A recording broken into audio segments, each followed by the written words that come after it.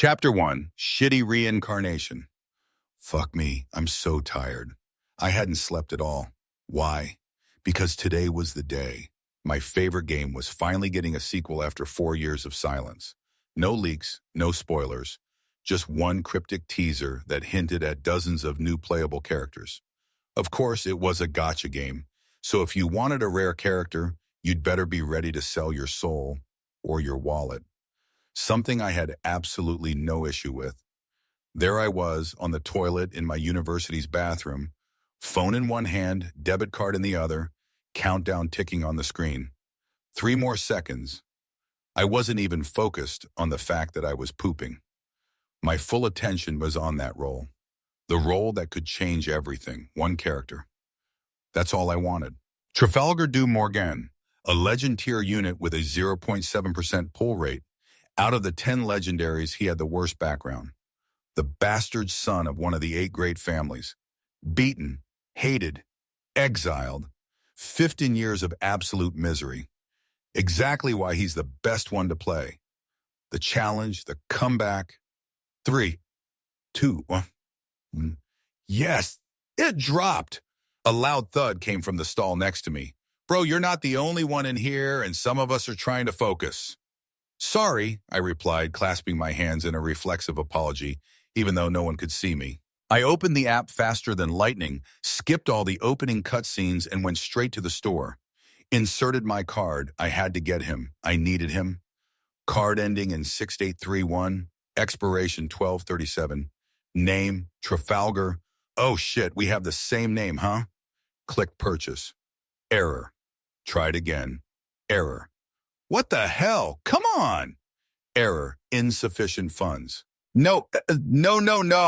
Dude, I'm fighting for my life over here. Could you shut the fuck up? The guy next door sounded like he was dying. I shut up. Completely. Just sat there, phone in hand, empty inside. 15 minutes later, I heard the toilet flush and the sound of a belt buckle. Thanks, man. You finally shut up and I could focus. No response came. Just silence. The students stepped out and went to class, unaware that the stall next door now stood empty. Inside, only a phone remained, still glowing with the words, "Congratulations, you've obtained the legendary character, Trafalgar du Morgain." Why does my ass feel so cold? That was the first thought that entered my mind as I blinked into consciousness. My body felt wrong. The floor beneath me wasn't cracked university tile. It was smooth, polished, and freezing. My eyes opened. This wasn't the bathroom stall. I was sitting on marble, pure white marble. The walls shimmered faintly with golden patterns carved into the stone. A massive mirror stood across from me, its edges trimmed in silver and glass. To my right, a giant bathtub big enough for 3 people sat under a tall, arched window where warm sunlight spilled in like a painting, and I was naked. What the fuck? Clothes were scattered on the floor nearby, dark, noble-looking garments that clearly weren't mine. Embroidered sleeves, silk lining, and something that looked suspiciously like a family crest. I stood up too fast and stumbled. My hand instinctively went to my head and hit something hard. Clack. Ow, what the? I looked at my hand. A small glass vial was dangling from between my fingers, like it had been tied to my wrist with a thin thread. Inside was a deep red liquid, swirling slowly, glowing faintly under the sunlight. What is this? The moment the words left my lips, it hit me. A flood, a tsunami of memories that weren't mine. Pain, screaming, blood, a child curled up in a hallway. Older boys laughing while beating him senseless. A cold man, his father, watching from above the stairs in silence. Training, failing. Training again, failing harder, being told he had no talent, that he was a disgrace, that his existence was a mistake. The vial, a gulp, then darkness, and now me. No way. The vial slipped from my fingers and rolled away. I didn't even chase it. I've reawakened as him? My voice trembled. My breath was shallow. I stood there breathing heavily, the red glow of the vial now casting a faint shimmer on the polished floor. Memories kept coming, too vivid to ignore, too detailed to deny. They weren't dreamlike. They were sharp, real. Trafalgar du Morgain, the ninth son, born to a concubine who died during childbirth. Raised in silence, ignored by his father, hated by his siblings, mocked by the servants. No talent, no aura, no swordsmanship worth mentioning. Bullied relentlessly by the children of other noble families and by his own blood. A disgrace to the Morgain name. A punching bag with a crest. Years of physical training yielded nothing. Not a single technique mastered. Not even a spark of mana in his core. Then one day, he found something. A potion, hidden in an old library vault. Not labeled, just glowing faintly red. It called to him. He stole it, told no one. And when the house went quiet that night, he locked himself in the luxury bathroom, the one no one else used, and drank it. That was his last memory. And now, it was mine. I collapsed onto the marble tiles, knees hitting hard. He killed himself with the vial. I was just trying to pull him in a damn gacha. I wanted to play the tragic bastard, not become him. I looked up at the mirror, heart pounding. Same black hair, same blue eyes, but they weren't mine anymore. I'm Trafalgar du Morgain now, I whispered. And this story isn't going to be easy mode. Knock, knock, knock. The sound jolted me from my daze. My head snapped toward the ornate wooden door. Young master, are you feeling well? A voice called out, polite, concerned, and unfamiliar. My mind scrambled. Shit, what do I say? What if they thinks I've gone insane? What if they already suspect something's wrong?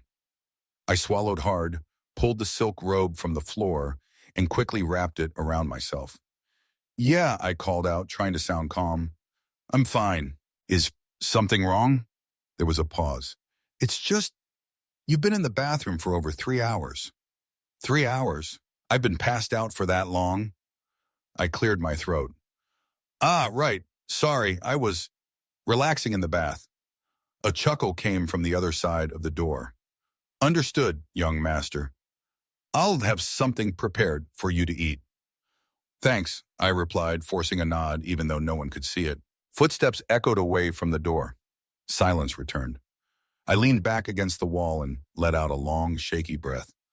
Okay, I bought myself a little time. What do I know so far? I'm Trafalgar du Morgain, 15. No talent, ninth son of House Morgain.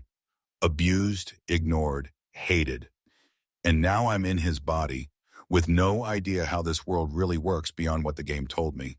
I glanced down at the vial now on the floor. Guess I inherited more than just his looks. I exhaled through my nose and looked around the bathroom one more time. Time to stop panicking. The silk robe clung uncomfortably to my skin. Too soft, too rich. It didn't feel like it belonged to me, because it didn't. I let it fall to the floor and walked over to the pile of clothes, the real ones. A dark uniform, lined in deep charcoal and midnight blue. Gold threading outlined a crest over the left chest. 2 swords crossing beneath a wolf's eye. The mark of House Morgain. I slipped on the inner tunic, adjusted the belt, fastened the long coat, and then pulled on the boots. Everything fit like it had been tailored to my exact measurements, which made sense, I guess. This body is mine now. I found a black ribbon among the clothes and reached behind my head, gathering the long strands of hair that had fallen over my shoulders. A small, tight knot, a short, black ponytail. It felt right. Trafalgar always had this hairstyle in his character art, I remembered. He looked cool in it. Miserable, but cool. I stepped out of the bathroom at last. The hallway beyond was elegant, quiet, and far too clean. Stone walls, banners, and warm torches and gold sconces lit the corridor with a royal glow. I leaned against the wall beside the door and crossed my arms. Let's see if I got this straight. I'm in a fantasy world ruled by 8 major families. House Morgain is one of them, known for swordsmanship, pride, and cruelty. I'm their 9th son, born without talent, the weakest link. Bullied, broken, discarded. Shit, I'm fucked.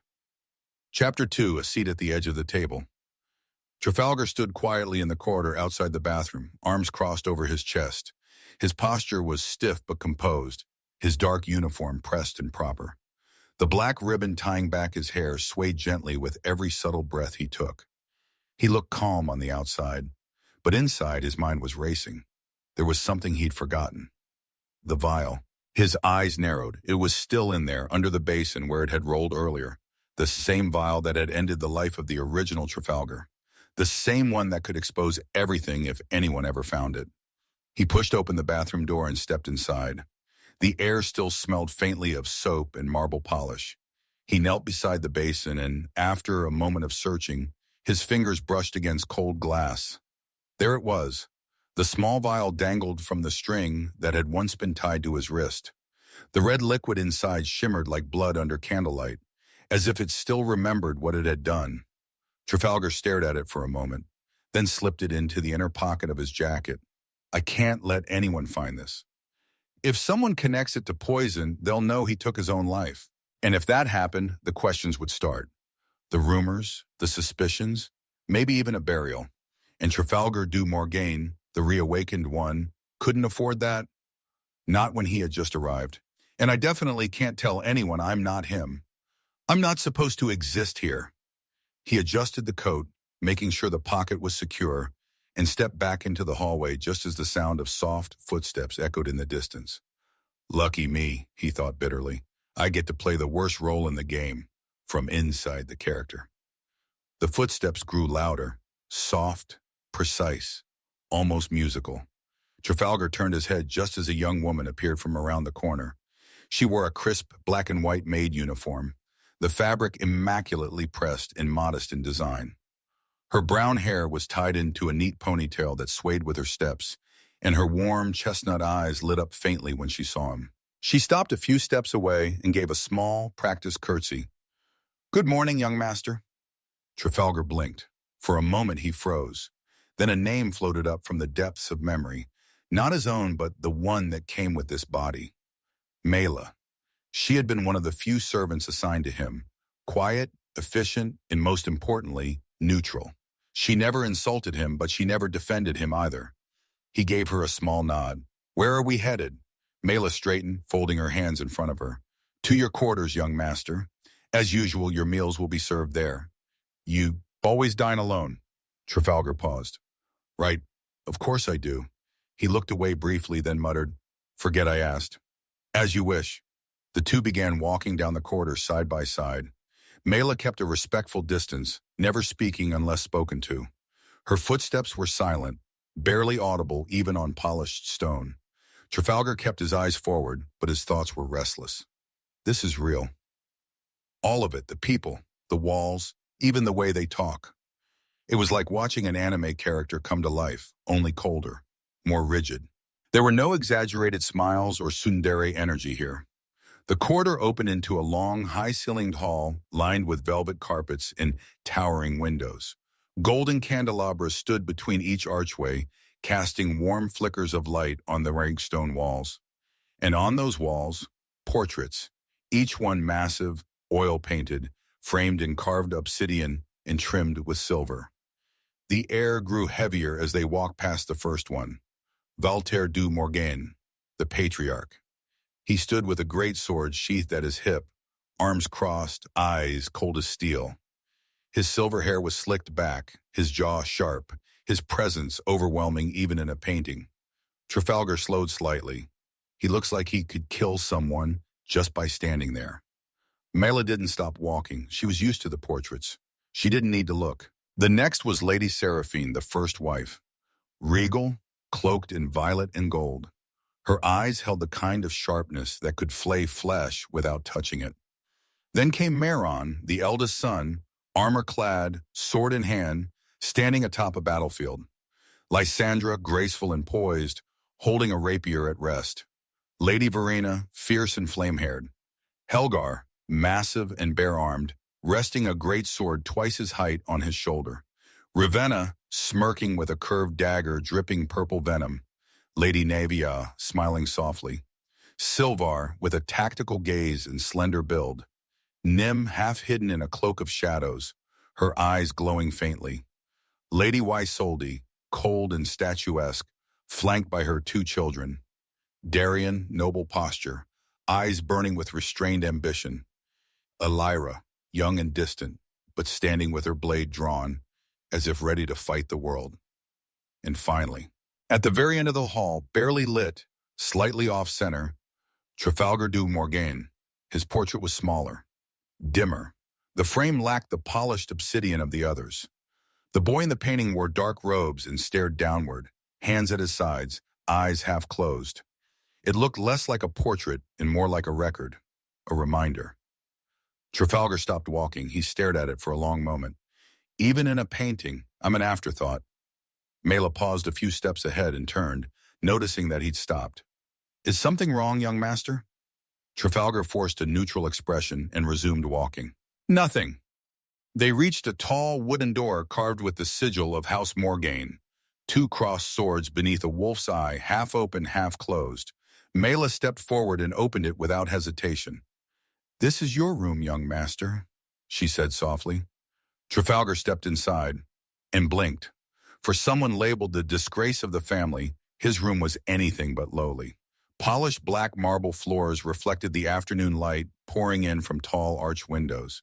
A massive king-size bed, draped in dark velvet and silver embroidery, sat beneath an intricate chandelier. Against the far wall, a fireplace of black stone remained unlit, but ready. The walls were lined with shelves, some filled with books, others empty, waiting to be used. To the left, a private bathing chamber stood open, white steam curling faintly from within. And in the center of the room, atop a long obsidian dining table, sat a silver tray. Perfectly arranged on it, a seared steak resting on a bed of roasted vegetables, a goblet of dark red wine, and utensils of polished silver. Trafalgar stared at it all in silence. Despite the luxury, the room felt unused, immaculate, like it had been cleaned daily but never truly lived in, like a display piece. Thank you, Mela, he said, turning to her. You may leave. She bowed her head with practiced grace. As you wish, young master. And just like that, she was gone. The door clicked softly shut behind her. Trafalgar stood there alone, surrounded by beauty, drenched in emptiness. Trafalgar sat at the table, knife and fork in hand. The steak was hot, juicy, and perfectly seasoned, the kind of meal he'd only seen on TV back in his old world. He took a bite. This isn't certain, he muttered, chewing. Why the hell is it this good? Each bite melted in his mouth. The vegetables were crisp, and the wine, rich, full-bodied, a little dry, slid down his throat like silk. He lifted the goblet and gave a short, bitter laugh. Who's going to stop me? My nutritionist? My RA? My ethics professor? He took another drink. This world's already a mess. Might as well drink like a noble while I can. But the smirk faded quickly. He set the goblet down and leaned back in his chair, staring at the ceiling. What now? Everyone here hates me. I'm talentless, powerless, a disappointment before I even get started. His eyes dropped to the dark wood of the table, then to his reflection in the wine. Why did it have to be Trafalgar? Just as the silence settled in, a sudden pulse ran through his chest. Not pain, not warmth, just pressure. He straightened. Then, in the back of his mind, a sound. System awakening. His breath caught, but nothing more followed. The voice was gone.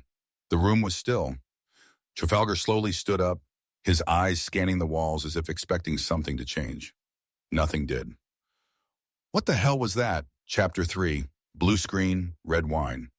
The steak was still warm, tender, juicy, and perfectly seasoned. Trafalgar cut into it with the kind of patience only a man with too much time and no responsibilities could afford. The wine, crimson and smooth, swirled lazily in his glass. Then came the voice. System awakening. He blinked, recognizing user. Trafalgar raised an eyebrow but didn't stop chewing. What is that? He mumbled, mouth half full. Another cut, another bite. The wine washed it all down. System awakening complete. That one made him pause. Ding, he echoed. Seriously, like an actual ding? He glanced around the room. You're telling me I've got a system now? There was no reply, just a soft shimmer in the air before a translucent blue screen blinked into existence before his eyes. Say status to access personal data. Trafalgar stared at it for a long second, Then he smirked and said sarcastically, "This is either the best joke ever, or I'm officially inside a game world." He leaned back in his chair, letting the wine rest gently in his hand as the screen pulsed faintly, waiting. "Status," Trafalgar said, with a bit of hesitation, but also curiosity. The screen blinked, then expanded, displaying a clean, organized interface. Host, Trafalgar du Morgain. Title, Cursed Heir. Age, 15. Race, half-human. Bloodline, core, unawakened. Talent, SSS. Abilities, none. Items, none. He squinted at the screen and read aloud. "All right. Host, Trafalgar du Morgain. No surprise there. Title, Cursed Heir." He frowned. Not exactly comforting. Why cursed? Why heir? No extra info, no tooltip. He tapped the floating screen with a finger. Nothing changed. "Figures. Guess I'm stuck with it. Age 15. Great, I'm younger again. That's new." He finished the last bite of steak and let out a slow sigh. The taste lingered in his mouth as he placed the fork down and adjusted his posture, now sitting with one leg crossed over the other. With the wine glass in hand, he began to spin it slowly. Race, half-human? Oh, this is actually pretty good, but what the fuck I am. Bloodline. Trafalgar narrowed his eyes. Of course.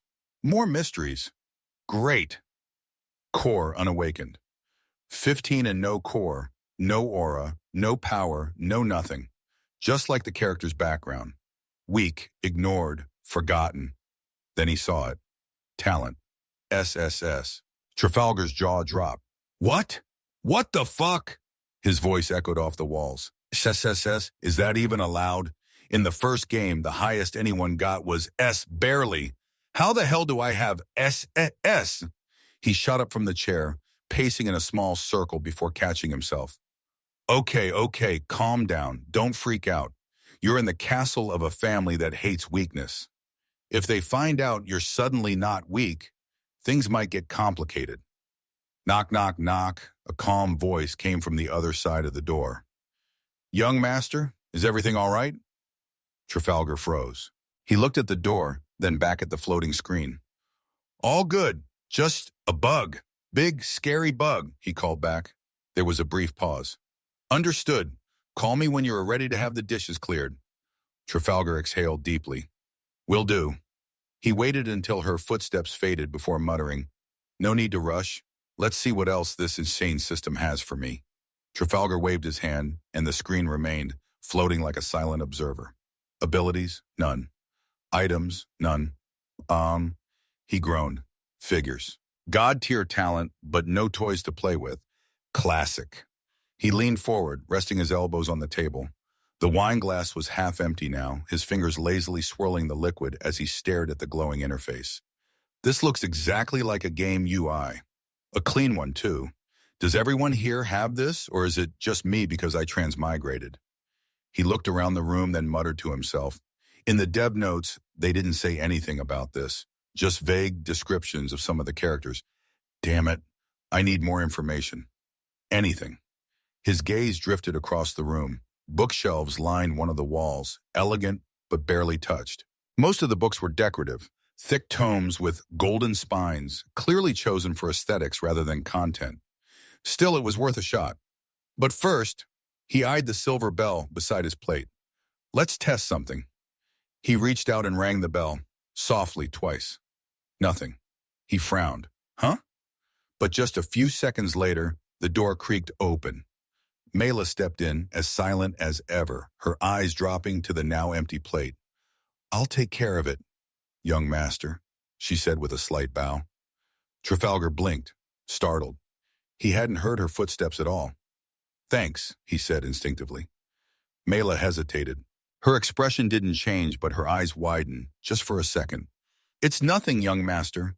She collected the dishes with practiced grace and left without another word. Trafalgar watched her go, frowning slightly. Is it really that rare for me to say thanks? No memories of threatening her.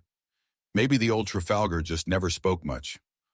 Or maybe he treated servants like crap, like half the nobles in manhwas and isekais do. The thought made him shake his head. Whatever. New Trafalgar. New rules.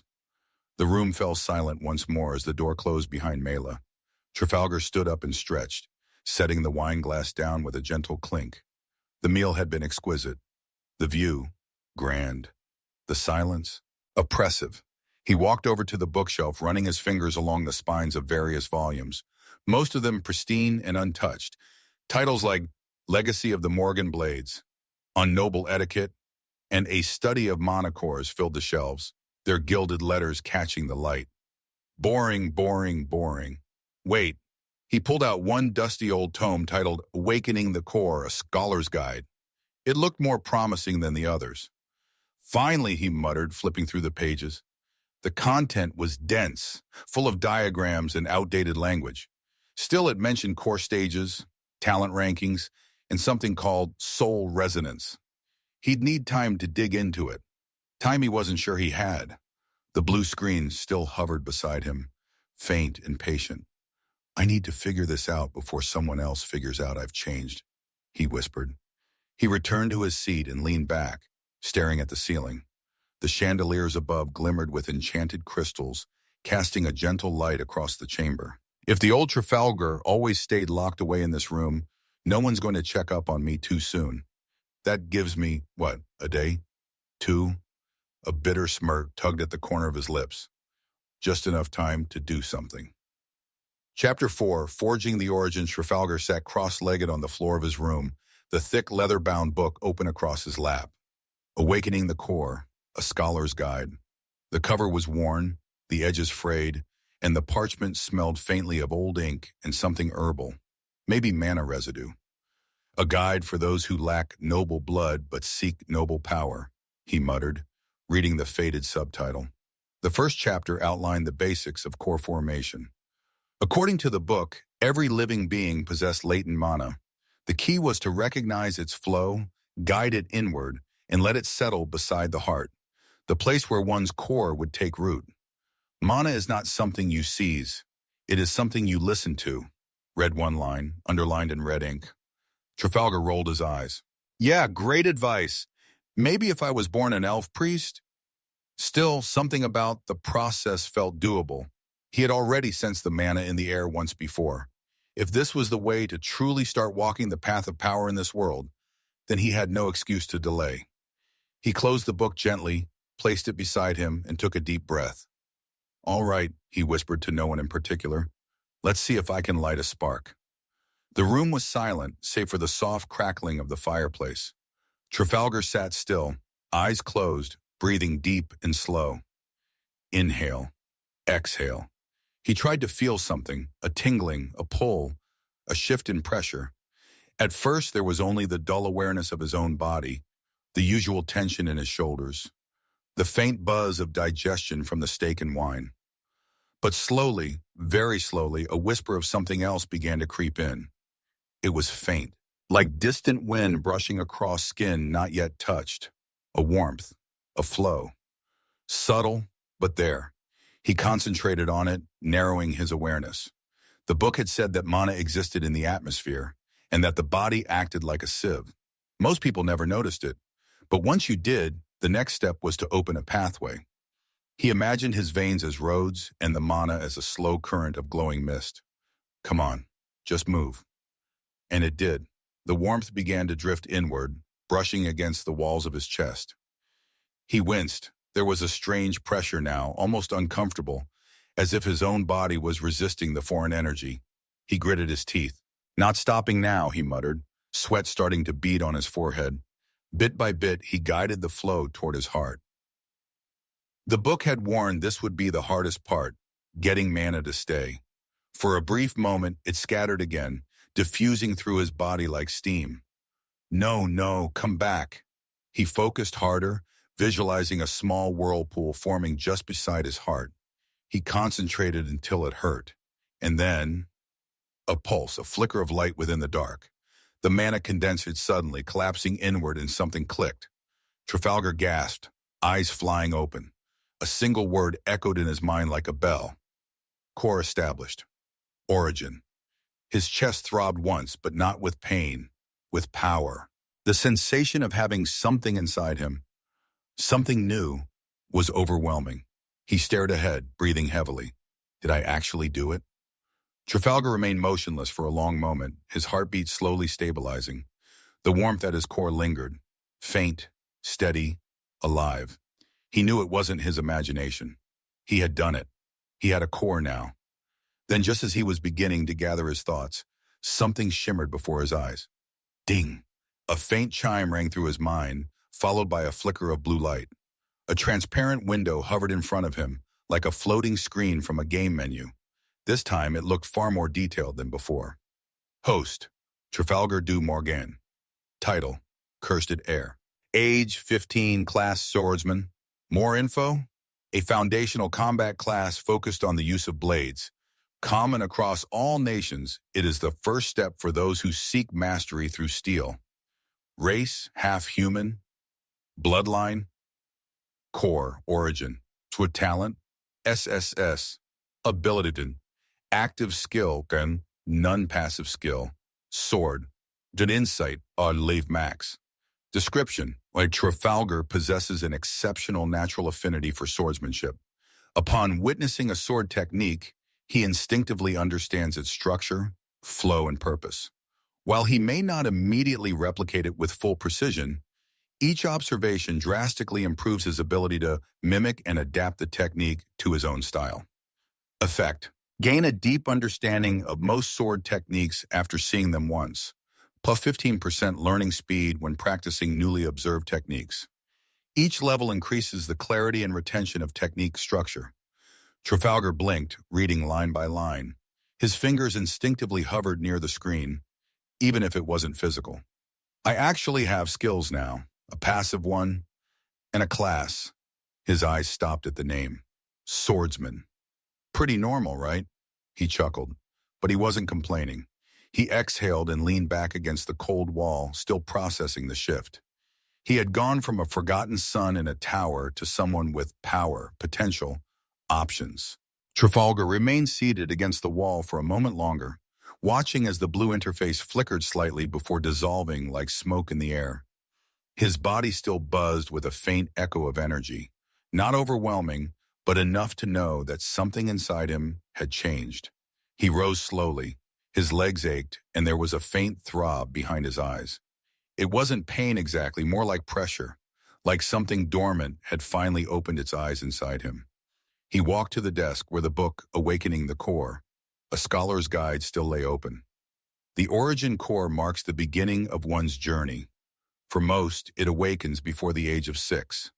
To fail, this is to be declared empty. He exhaled slowly through his nose.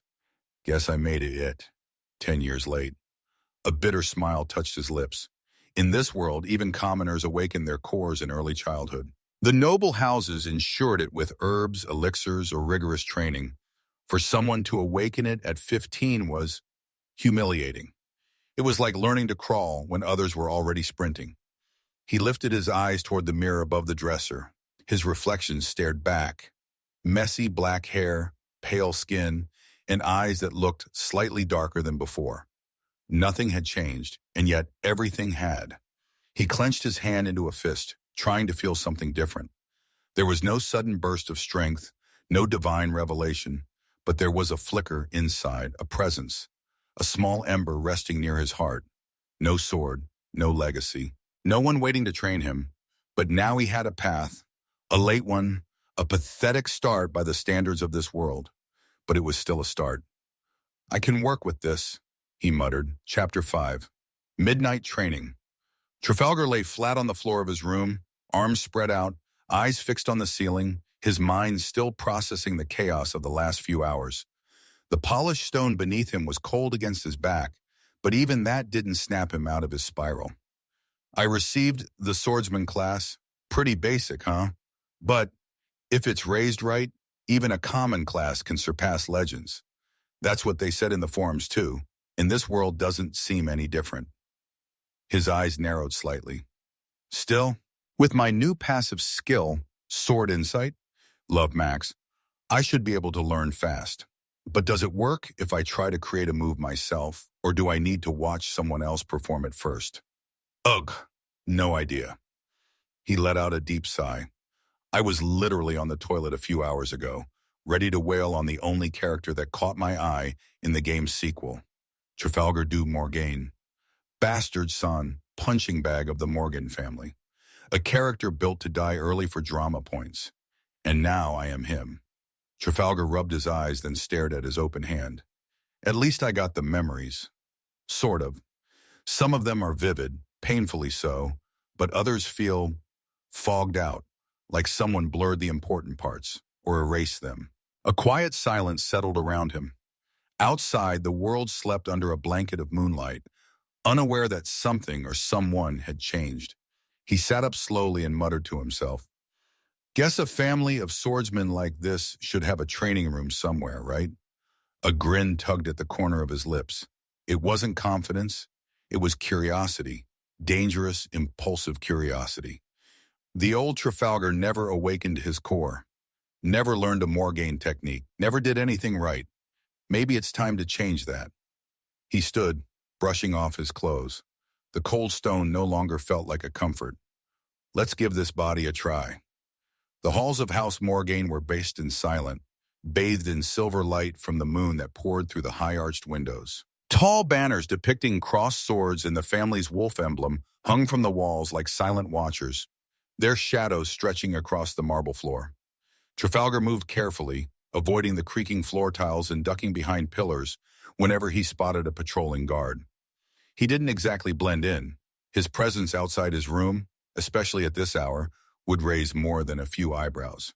Right now, the smartest move is to keep pretending I'm still him, the quiet bastard who never leaves his room. He slipped on past another hallway, pressing close to the wall as the flicker of a lantern passed just meters away. The portraits lining the corridor caught his attention. Oil paintings of Morgain ancestors in regal armor, always with blades at their sides. Some looked noble. Others looked cruel. Yeah, this family definitely has issues. No wonder the original Trafalgar didn't last long. As he reached a wide window, he paused and looked outside. The view was breathtaking. The Morgain estate sat high on a mountain ridge, surrounded by steep cliffs and forests below. Snow crowned the nearby peaks, glinting under the moonlight like untouched silver. So this is why the family crest is a wolf with swords. Makes sense now. The cold breeze from the window brushed against his skin. It was a quiet, sacred moment, one he didn't expect to appreciate. He moved on, the only sound accompanying him being the whisper of his steps and the faint rustle of his clothes. No magic, no sword, no glory. Just a boy sneaking through the halls of the most powerful sword family in the world, hoping to rewrite a fate already set in stone. Down one set of stairs, then another. He kept going deeper into the heart of the castle, until finally, after what felt like 20 minutes of searching, he found it, a heavy wooden door marked with faded carvings of blades and training dummies. He reached for the handle. Locked, he twisted gently. Click. It opened. Well then, let's see what this place has to offer. He stepped inside and closed the door behind him. The training room was far bigger than Trafalgar had imagined. Polished wooden floors stretched out beneath his feet, smooth and well-kept despite the obvious age of the space. The walls were lined with racks, each holding blades of different shapes, sizes, and origins. Long swords, katanas, kukris, great swords, daggers, rapiers, dozens, maybe hundreds of weapons rested in silence, waiting for a hand worthy enough to wield them. Glowing mana lamps floated gently above, casting warm golden light across the room. It contrasted oddly with the cold mountain air still clinging to Trafalgar's clothes. So this world has magic-powered lighting, huh? A medieval world with some modern tech vibes. That's actually kinda sick. He stepped forward, his eyes drawn to a nearby rack. He reached out and grabbed a longsword. Item acquired. Longsword, common rank. Damn, heavy, he muttered, nearly dropping it as he tried to raise the blade over his shoulder. He set it back and turned to another, sleeker, thinner. A katana. Item acquired. Katana, common rank. Do I look like a samurai or something? He turned it in his hand, frowning. Not the vibe. He returned it and reached for a rapier. Item acquired. Rapier, common rank. Nah, too elegant. Feels like I should be dueling someone at a noble tea party. He sighed and kept looking until one blade caught his eye. A simple sword, balanced and plain. No fancy guard, no shimmering edge. Just a clean, straight weapon. He picked it up. Item acquired. Sword, common rank. As soon as he gripped the hilt, he felt it. Not perfection, not compatibility, but comfort. Like the weapon wasn't chosen but waiting. All right, let's see what I can do. He stepped into the center of the room and raised the blade awkwardly. He'd never held a sword before, not even in fencing class back on Earth. His posture was stiff, his grip uneven. He swung. The blade sliced through air with a soft hiss. No power, no control. Tch, this is pathetic. He tried again, another swing, still sloppy, but this time his feet moved. His stance adjusted almost instinctively. The blade felt lighter, more manageable. Then a flash, a subtle pulse inside his mind, like a whisper brushing across his awareness. Sword insight activated. Huh? He hadn't seen anyone perform a technique. He hadn't copied anything. But just by swinging, something had shifted. His body remembered more than it should. Muscle memory he didn't have was forming. He swung again, sharper, cleaner. His feet found their position quicker. The arc of his blade smoother. This skill is busted. He kept going, again and again. Basic slashes, overhead strikes, side sweeps. Each time he repeated a motion, it became sharper, more stable, less guesswork. Sweat dripped from his chin. Trafalgar wiped the sweat from his forehead with the sleeve of his shirt, breathing heavily. His arms felt like lead. His shoulders ached. His legs trembled slightly from holding stances he'd never practiced before.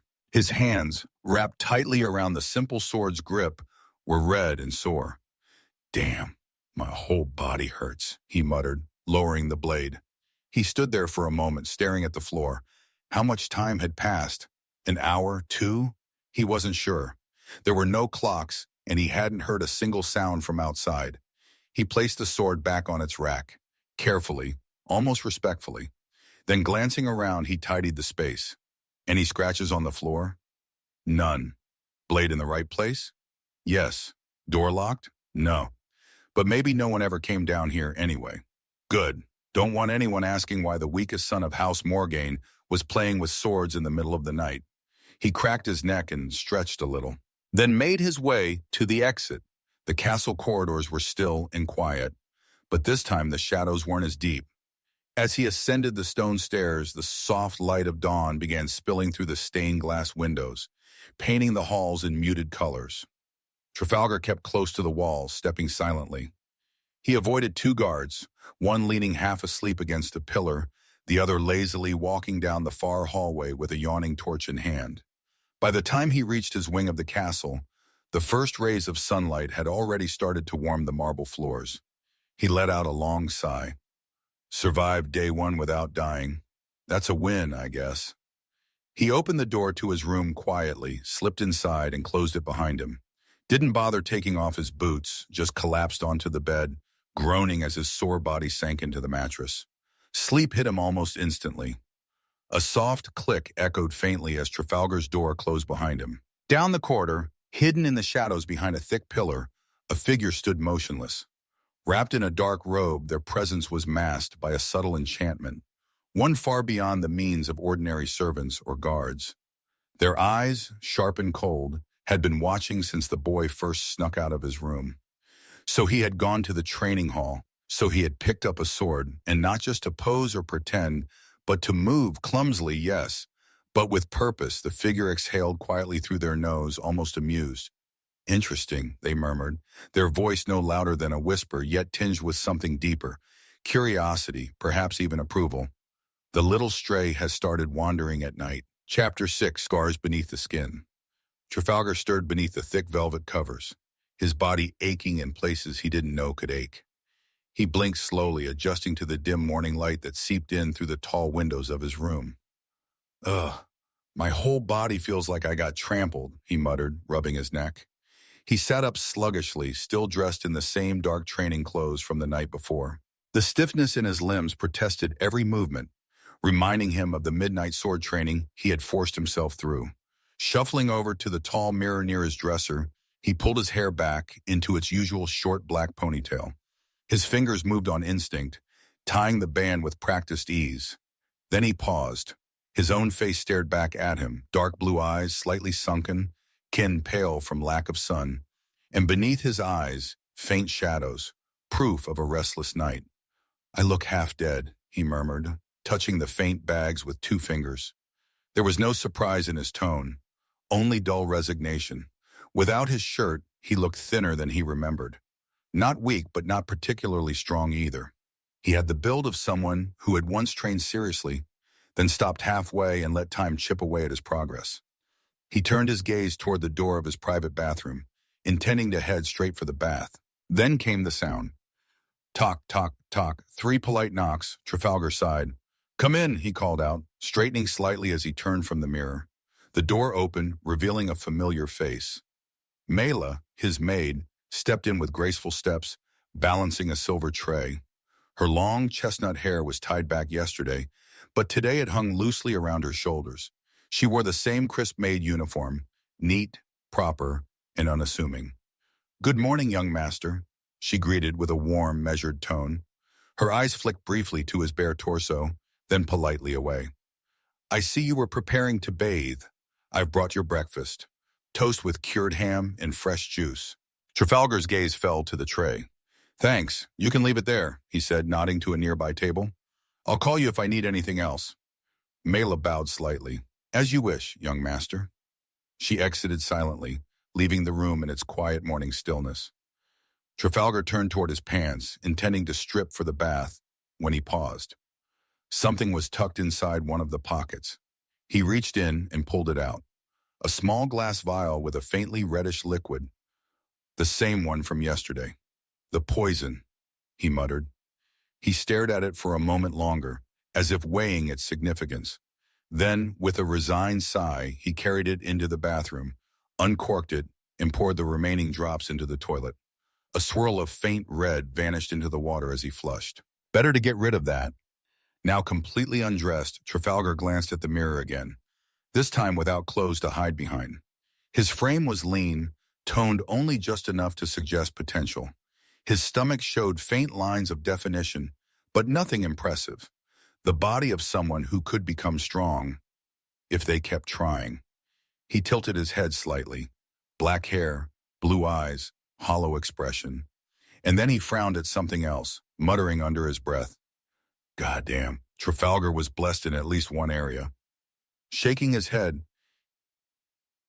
he stepped into the bath and sank into the warm water. For the next few minutes, there was only silence. The kind of silence that gave space to thoughts he wasn't quite ready to face.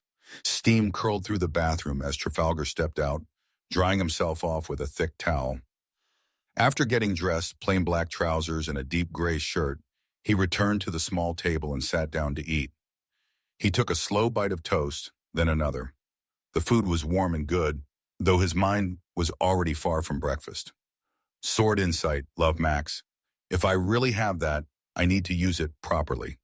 He sipped the juice. It was slightly tart, probably orange with something else mixed in. But how? I can't just walk up to someone and say, "Hey, fight me." That'd draw too much attention. And yesterday I literally promised I'd stay low profile. Trafalgar tapped his fingers lightly on the tray. The chair creaked slightly beneath him as he leaned back. Is there anyone in this damn house who wouldn't immediately see me as a nuisance? He closed his eyes, not to rest, but to search. Not his memories. His own were few. But his memories. The other Trafalgars, the one who used to live in this body. He dug deeper. Faint impressions surfaced. Echoes of cold hallways, mocking laughter, heavy silence at family dinners. And then, a name, Lysandra, second eldest daughter of the Morgain family. 26, daughter of the first wife. She hadn't shown warmth exactly, but she hadn't been cruel either. She had treated him like a person. That alone made her stand out in a household like this. She's the only one who didn't act like I was a stain on the family name. He set his fork down, finishing the last bite of ham. The juice followed. Then he picked up the small silver bell on the side of the table. It didn't ring when he shook it. But a moment later, Mela appeared again, as if summoned by instinct. She curtsied. "Shall I clear the plates, young master?" He nodded. "Yeah, and wait a second." She paused, plates in hand. "Yes?" "I wanted to ask, do you know where Lysandra is right now?" Mela blinked, clearly surprised by the question. "I believe she's currently away with Lord Valtaire on a hunting expedition in the northern mountains. A mission came up, and they left 2 days ago. However, I did read in the Morning Post that they are expected to return tomorrow." Trafalgar's brows furrowed. "I see, thanks." He thought that was the end of it. But Mela lingered near the door, unmoving. He glanced at her. "Something wrong?" She hesitated, then spoke softly. "Forgive me, young master, but do you not remember what happened the last time you tried to approach Lady Lysandra?" Trafalgar tilted his head slightly, unsure how to respond. "What do you mean?" he asked, voice calm but alert. "Something happened?" Mela looked away for a second, her hands tightening around the tray. "You may not remember," she said gently. "It could be because of the trauma, but you once told me, crying no less, about something that happened, about your second sister, Ravenna." The name alone sent a pulse through Trafalgar's chest, a sharp, sudden sting behind his eyes. "She didn't take it well when Lady Lysandra showed interest in you. There's always been rivalry between them, and seeing Lysandra spending time with you, it made her lash out." Mela paused, her voice softened further. "You said she hurt you. In a way, no one should ever be hurt." Trafalgar blinked, then the pain struck. A dull ache bloomed at the base of his skull, and suddenly the room blurred around him. Memories, faint, fragmented, but vivid, rushed in like a broken dam. 3 years ago, he had been 12. He remembered standing in the training yard, Lysandra correcting his footwork, smiling faintly when he got it right. She didn't praise him like a child, but like a peer. It had meant something. And then Ravenna, her cold voice, the jealousy in her eyes, the way she approached him days later when no one was around. The way she smiled, too softly, the pressure in his chest, the sickening silence. He stumbled a step back, nearly knocking over the chair behind him. So that's what happened. She used me to hurt Lysandra. Mela's voice returned, cautious. "I only know because you told me and swore me to secrecy. You were so scared and angry and ashamed." Trafalgar gripped the edge of the table, knuckles white. His throat felt dry. He didn't speak for several seconds, just breathed. Then, at last, he said, "Thanks for telling me. I needed to know." Mela gave a slow, respectful bow. "Of course, young master. If there is anything I can do." "There isn't. Just leave me alone for a bit." She hesitated again, but nodded and left the room silently. The door clicked shut behind her. Trafalgar stood there, staring at nothing. His voice was low when it came, more a breath than a thought. She broke him. The moment the door closed, Trafalgar's body moved on instinct.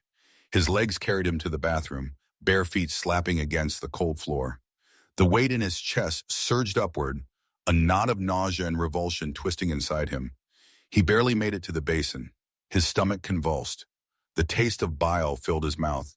Everything he had eaten, toast, ham, juice, forced its way out. Again and again, dry heaving followed. He clutched the edge of the sink, gasping for air, sweat forming on his forehead. She did that to a 12-year-old. How can you abuse a child? What kind of dev gave this background to Trafalgar? I knew from the character's information that his life was shit and he was miserable. I wanted to play him because it would be interesting precisely for that reason, not to experience it myself.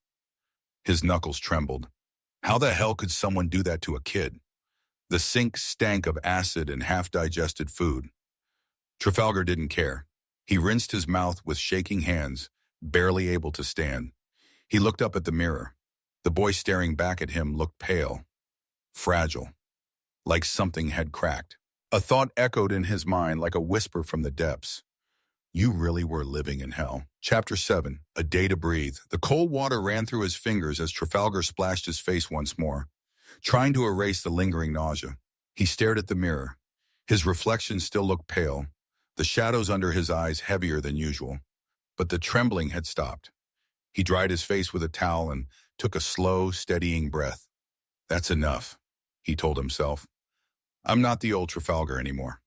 The events of the morning still clung to him, but he wouldn't let them dictate the rest of his day. He stepped out of the bathroom and returned to his room. The door shut behind him with a soft click, and for the first time in hours there was silence. Tomorrow Lysandra and Voltaire return, so today's my last chance to have some peace. He looked around his room. Despite everything, there was one thing he could control now, his growth. I guess I should start training my mana. Even if I've got a system, it doesn't seem to level up like a video game. All I've got is this core thing that says origin.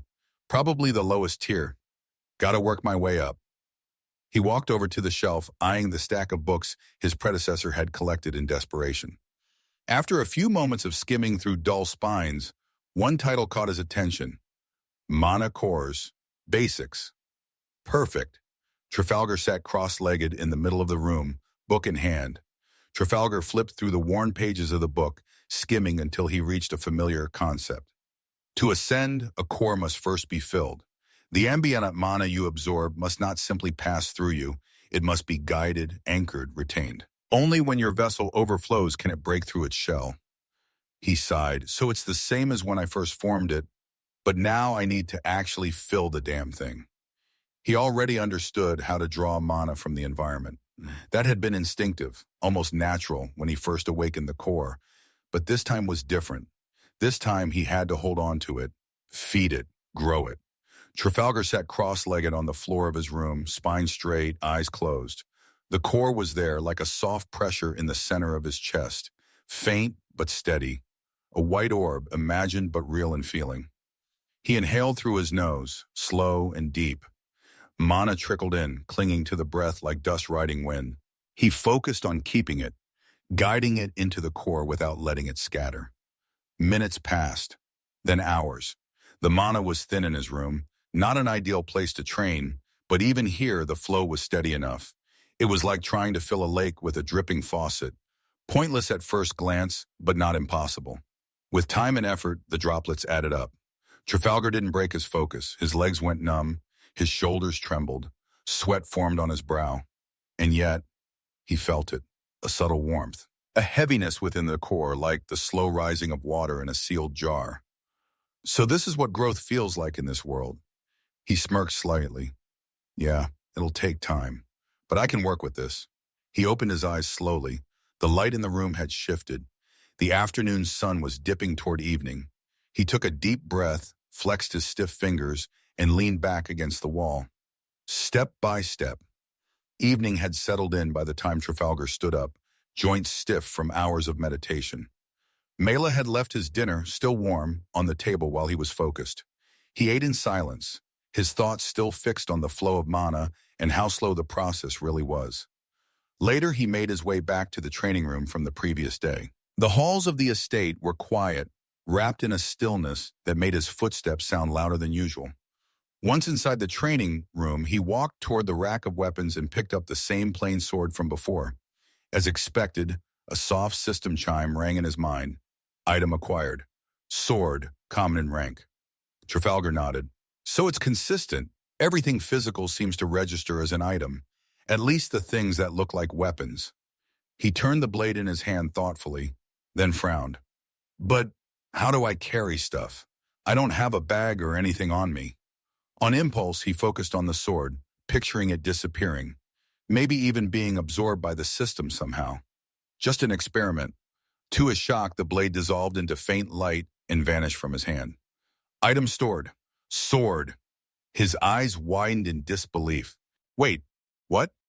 He stared at his now empty hand, then quickly focused on bringing it back. The mental image formed clearly in his mind, the same sword reappearing. And just like that, it materialized midair, shimmering into solidity before dropping softly into his grip. No way. It has an inventory system? Well, shit, I'm dumb. I saw the option before. Excitement surged in his chest. He repeated the process a few more times. Store, summon, store again. It worked each time. This is actually insane. It's not just a UI, it really is a full system. He tried it with a couple of other weapons, an axe, a short spear. The results were the same. But eventually, he returned everything except the basic sword to its place. I'll start with this one. No point rushing into the good stuff. With a quiet grin, Trafalgar turned and left the training hall. The corridor was dim, lit only by the faint glow of the monolamps spaced evenly along the walls. Trafalgar walked back toward his room with steady steps, the sword now safely stored in his invisible inventory. He couldn't stop replaying the moment it had vanished and reappeared. Proof that the system wasn't just cosmetic, but functional in a way that mimicked real games. So if I can store weapons, what else can I store? Potions, books, maybe even armor? His mind raced with possibilities, and for the first time in days, he felt something resembling genuine excitement. Back in his room, he sat on the edge of his bed and looked around. The faint remnants of mana he had gathered earlier still lingered in the air, giving the space a subtle shimmer. He glanced at the book on mana theory again, but decided to leave it for tomorrow. Lysandra and the old man return in the morning. This is probably the last calm day I'll get. He lay back on the bed and stared at the ceiling, feeling the weight of his body for the first time all day. Training his core, testing the system, it had drained him more than he expected. But somewhere above, hidden behind the shadows of the ceiling beams in the hallway he had just passed, the same observer watched. A thin figure cloaked in dark gray, blending almost perfectly with the architecture, pulled back from the ledge as Trafalgar closed the door to his room. He's gone to the training room 2 days in a row now, spending hours inside. Whatever he's doing, he's serious about it. He wasn't like this before. The observer moved silently, footsteps light against the stone floor. I'll have to inform the patriarch when he returns tomorrow. The boy is changing. And just like that, the figure vanished into the darkness. Chapter 8. The Return of the Patriarch. Trafalgar groaned as he opened his eyes, the light from the window stabbing through the curtains like a spear. His body ached from the midnight training sessions. But that wasn't the worst part of the day. His black hair stuck out in all directions, wild and untamed. He dragged himself out of bed and walked to the wash basin. Splashing cold water onto his face, he stared into the mirror. Today's the day. Lysandra and father are coming back. He didn't know much about Trafalgar du Morgain beyond the memories of this body. Cold, distant, powerful. But Lysandra, she was different. She had once spoken to him like a human being, not like the rest of the wolves in this damn family. Maybe, if I ask nicely, she'll teach me swordsmanship. That alone would make all this worth it. The door creaked open behind him. A soft voice cut through the silence. Young master, you're not seriously planning to meet the patriarch dressed like that, are you? Trafalgar turned to see Mela standing with her arms crossed, her sharp eyes scanning him from head to toe. He smirked. What, not impressed by my casual elegance? She didn't respond with a smile. Take those off, now. He raised an eyebrow, lips twitching. Aren't I a little too young for that kind of command? Mela caught the jest, but her tone sharpened. This isn't the time for jokes. The patriarch has returned. He expects every wife and child to be present, as always. Trafalgar sighed, brushing a hand through his messy hair. I see. My apologies. He began to undress without protest. Mela walked to the massive armoire at the side of the room and pulled out a formal black noble suit paired with a charcoal gray tie. This will do, she said, laying it on the bed. Hold still. Within minutes, she had him fully dressed. Black gloves, polished shoes, and every button perfectly aligned. She stood behind him and began combing through his hair, with practiced ease, pulling it into a neat high ponytail, just as tradition demanded. You are now presentable, young master, she said softly, stepping back to inspect her work. Trafalgar glanced at his reflection again. The boy in the mirror didn't feel like him. Right. Thank you, Mela. She smiled gently. It's nothing, young master. Now follow me. We need to reach the courtyard before the patriarch arrives. As they stepped out of the room and into the cold, echoing corridor, Trafalgar felt his shoulders tense. So much for peace and quiet. The wind howled through the northern peaks, whistling between the marble columns of House Morgain's grand courtyard. Trafalgar stepped forward, the sound of his polished shoes tapping against the stone floor. He tightened his gloves slightly, his black ponytail whipping behind him with every gust. Shit, it's freezing out here. The courtyard was already alive with motion. Over 1,000 soldiers stood in perfect formation, clad in black armor engraved with the emblem of House Morgain, a silver wolf flanked by 2 crossed swords. They were silent, disciplined, like statues with steel for bones. Behind them stood an army of servants, over 200 of them, lined up with military precision. All eyes faced the massive gates of the estate, awaiting the return of their lord. Trafalgar's eyes drifted across the crowd. One by one, the members of the main family took their designated places, grouped by bloodline and seniority. All of them were striking in their own way, but more than anything, they were united by one trait. Their hair, white, blonde, silver, not a single exception. Except for him. A black-haired disgrace among platinum royalty. Fitting. Lady Seraphine, the first wife, stood regally in a crimson gown trimmed with gold. An imperial noble by birth, her presence commanded silence. Beside her, Marin, the eldest son, stood with arms crossed. At 28, he looked every bit the heir, tall, sharp-jawed, and cold. Lady Verena, the second wife, exuded military pride.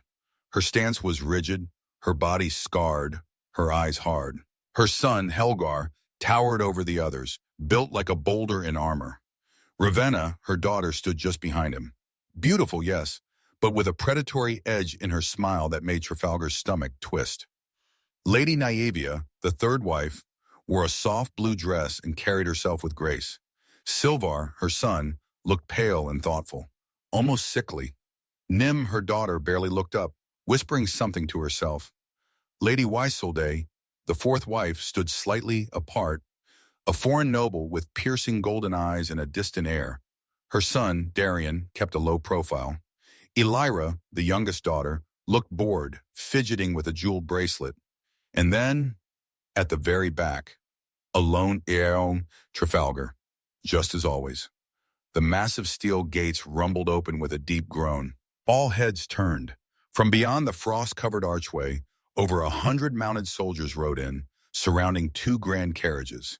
Their black steeds snorted frost into the air. Leading the procession was a man no one could mistake. Valter du Morgain, hair like burnished platinum, muscles hard as stone beneath a heavy black coat, and eyes that seemed to pierce through time itself. He was the head of House Morgain and one of the 8 ruling figures of the world. Not that Trafalgar had known that when he first woke up here. At Valter's left side rode Lysandra, wearing lightweight battle gear stained with monster blood. Her presence was fierce, dignified. Behind them, the carriages were pulled by armored beasts. Inside, Trafalgar caught glimpses of wyverns and captured monsters, trophies from their mission. The procession halted.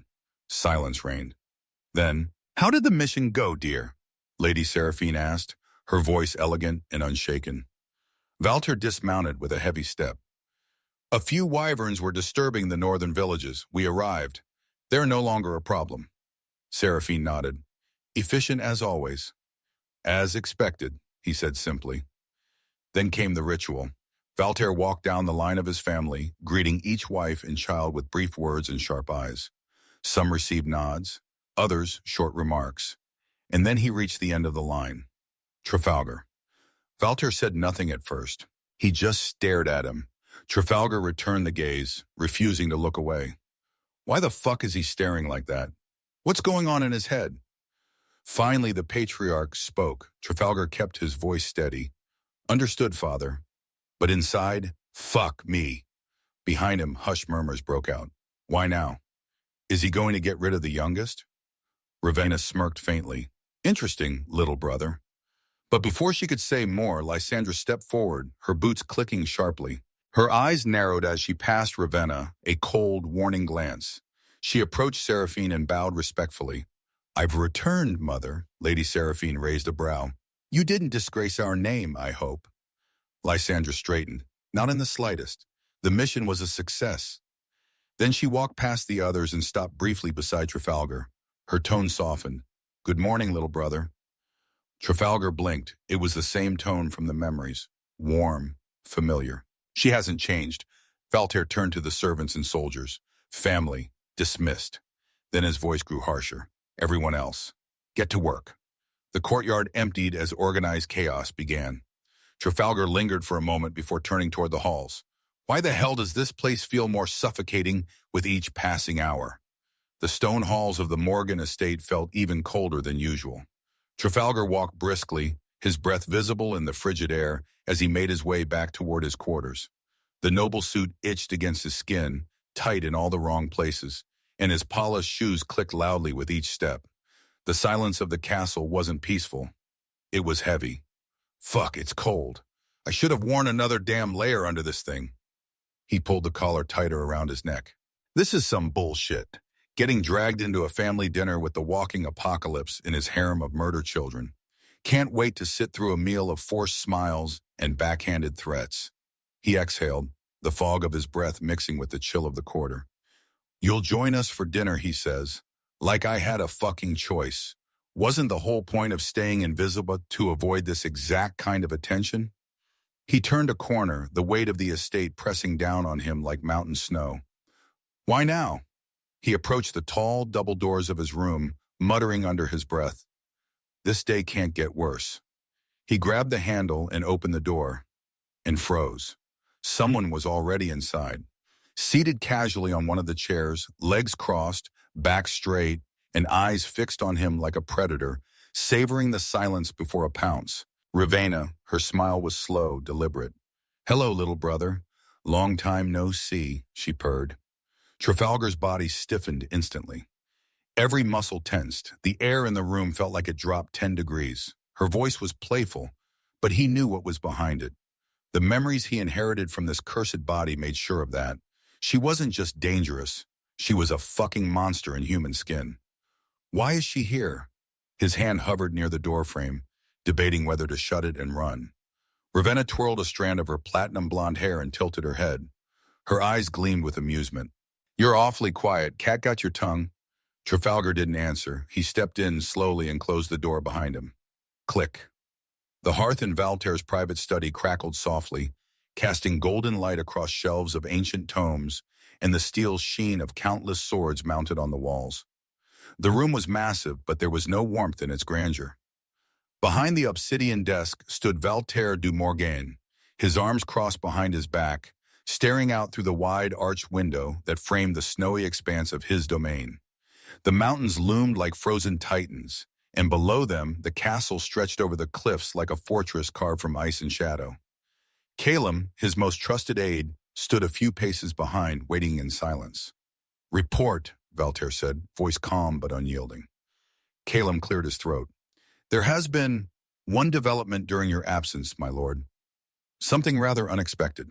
Valter did not turn. It concerns the youngest, doesn't it? Calum blinked. Yes, how did you... I saw it in him, Valter replied flatly. His monocore, it's awake. Calum nodded slowly. So you noticed. Valter finally turned, his gaze sharp as ever. No one told him to train, no one guided him, and yet he forced open his core. He's still at the origin stage, but yes, he did it alone, quietly. Valter walked toward his desk, resting one hand on the dark wood. That's why I summoned him to dinner. You want to test him? I want to see if awakening changed him, Valter said. If something deeper has shifted. Calum hesitated before asking, wouldn't a private audience be more effective for that? A faint smirk tugged at the corner of Valter's mouth, barely noticeable. Perhaps, but I'd rather watch how he acts when the wolves start circling, when every eye in the room is waiting for him to fall. He turned his gaze back to the window, hands folding behind him once more. Pressure reveals the cracks. Calum said nothing. He knew that tone well, one of curiosity laced with cold calculation. Outside, the wind howled across the peaks like a distant war horn. Chapter 9, The Snake in Silk. You're awfully quiet. Cat got your tongue? Trafalgar's eyes narrowed as he stepped further into the room, shutting the door behind him with quiet deliberation. His quarters, which had felt cold before, now seemed suffocating. Ravenna sat at the edge of his bed like it belonged to her. But it wasn't just her presence that turned his stomach. It was what she was wearing. Gone was the formal noble attire from earlier. In its place, she wore a black silk robe, thin and translucent in the candlelight, loosely tied at the waist, hanging from her shoulders with obscene elegance. Her bare legs crossed lazily, one foot dangling, her platinum blonde hair falling over one eye like a veil. The robe parted slightly when she leaned forward, revealing pale skin and the teasing curve of her inner thigh. Trafalgar didn't flinch, but inside, his chest tightened. What the fuck is she doing here dressed like that? She's not going to try it again, is she? He spoke, his voice colder than steel. What are you doing here, Ravenna?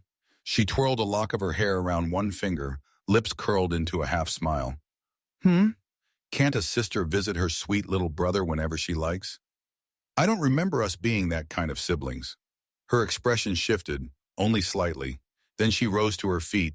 She walked toward him slowly, deliberately, bare feet brushing against the carpet with the grace of a cat. The silk of her robe swayed with each step, revealing more than it concealed. She looked ethereal, seductive, dangerous. But to Trafalgar, she looked repulsive. His breath quickened, not out of desire but instinctive disgust. His body remembered what it had suffered. The memories weren't his, but the revulsion they stirred was real. Every time she moves, I want to throw up. Ravenna stopped just in front of him, her perfume sharp in the air, honeyed and poisonous. I came to see how you were doing, she said, voice soft and smooth. It seems even Father finds you interesting now, just like I do. You think so? Trafalgar kept his tone steady, emotionless. And that only makes me want you all to myself, even more. Her hand rose slowly, aiming for his face. Gentle, affectionate. Trafalgar grabbed her wrist mid-air, fingers tightening like a vice. Don't, he said firmly. Ravenna tilted her head with mock surprise. Oh, resisting me now? That's new. It makes you look even more adorable. Trafalgar's heart pounded as he tried to pull mana into his limbs. His core was barely awakened, his control clumsy, but something stirred. A flicker of pressure, a tightening of muscle, a ripple under the skin. Ravenna's eyes sparkled, amused. Oh, you've awakened your mana core, I knew it. You're full of surprises. She leaned closer, whispering now. But since you're probably still in origin, you can't actually stop me, can you? With a subtle pulse of her own mana, she pushed back. His fingers trembled. Still he held on, and with her free hand, she gently brushed the side of his cheek. There, see? Even when you try, you can't resist me. Trafalgar gritted his teeth. No, not this time, never again. He focused, eyes locked on hers, and in his offhand, a flash of system light, a simple iron sword materialized into existence.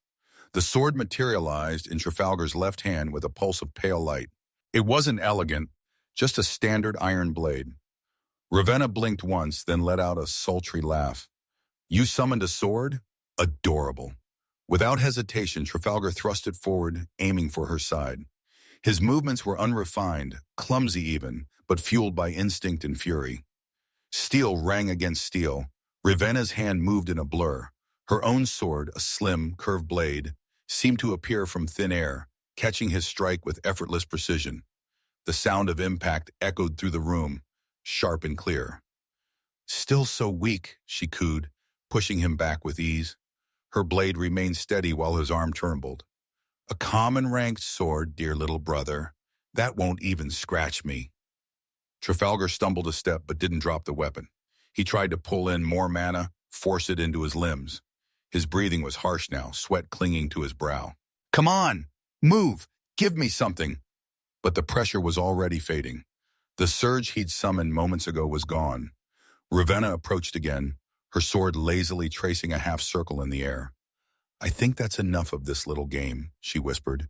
You've struggled enough, haven't you? Just accept that you're mine. She raised her hand again, ready to touch his face a second time.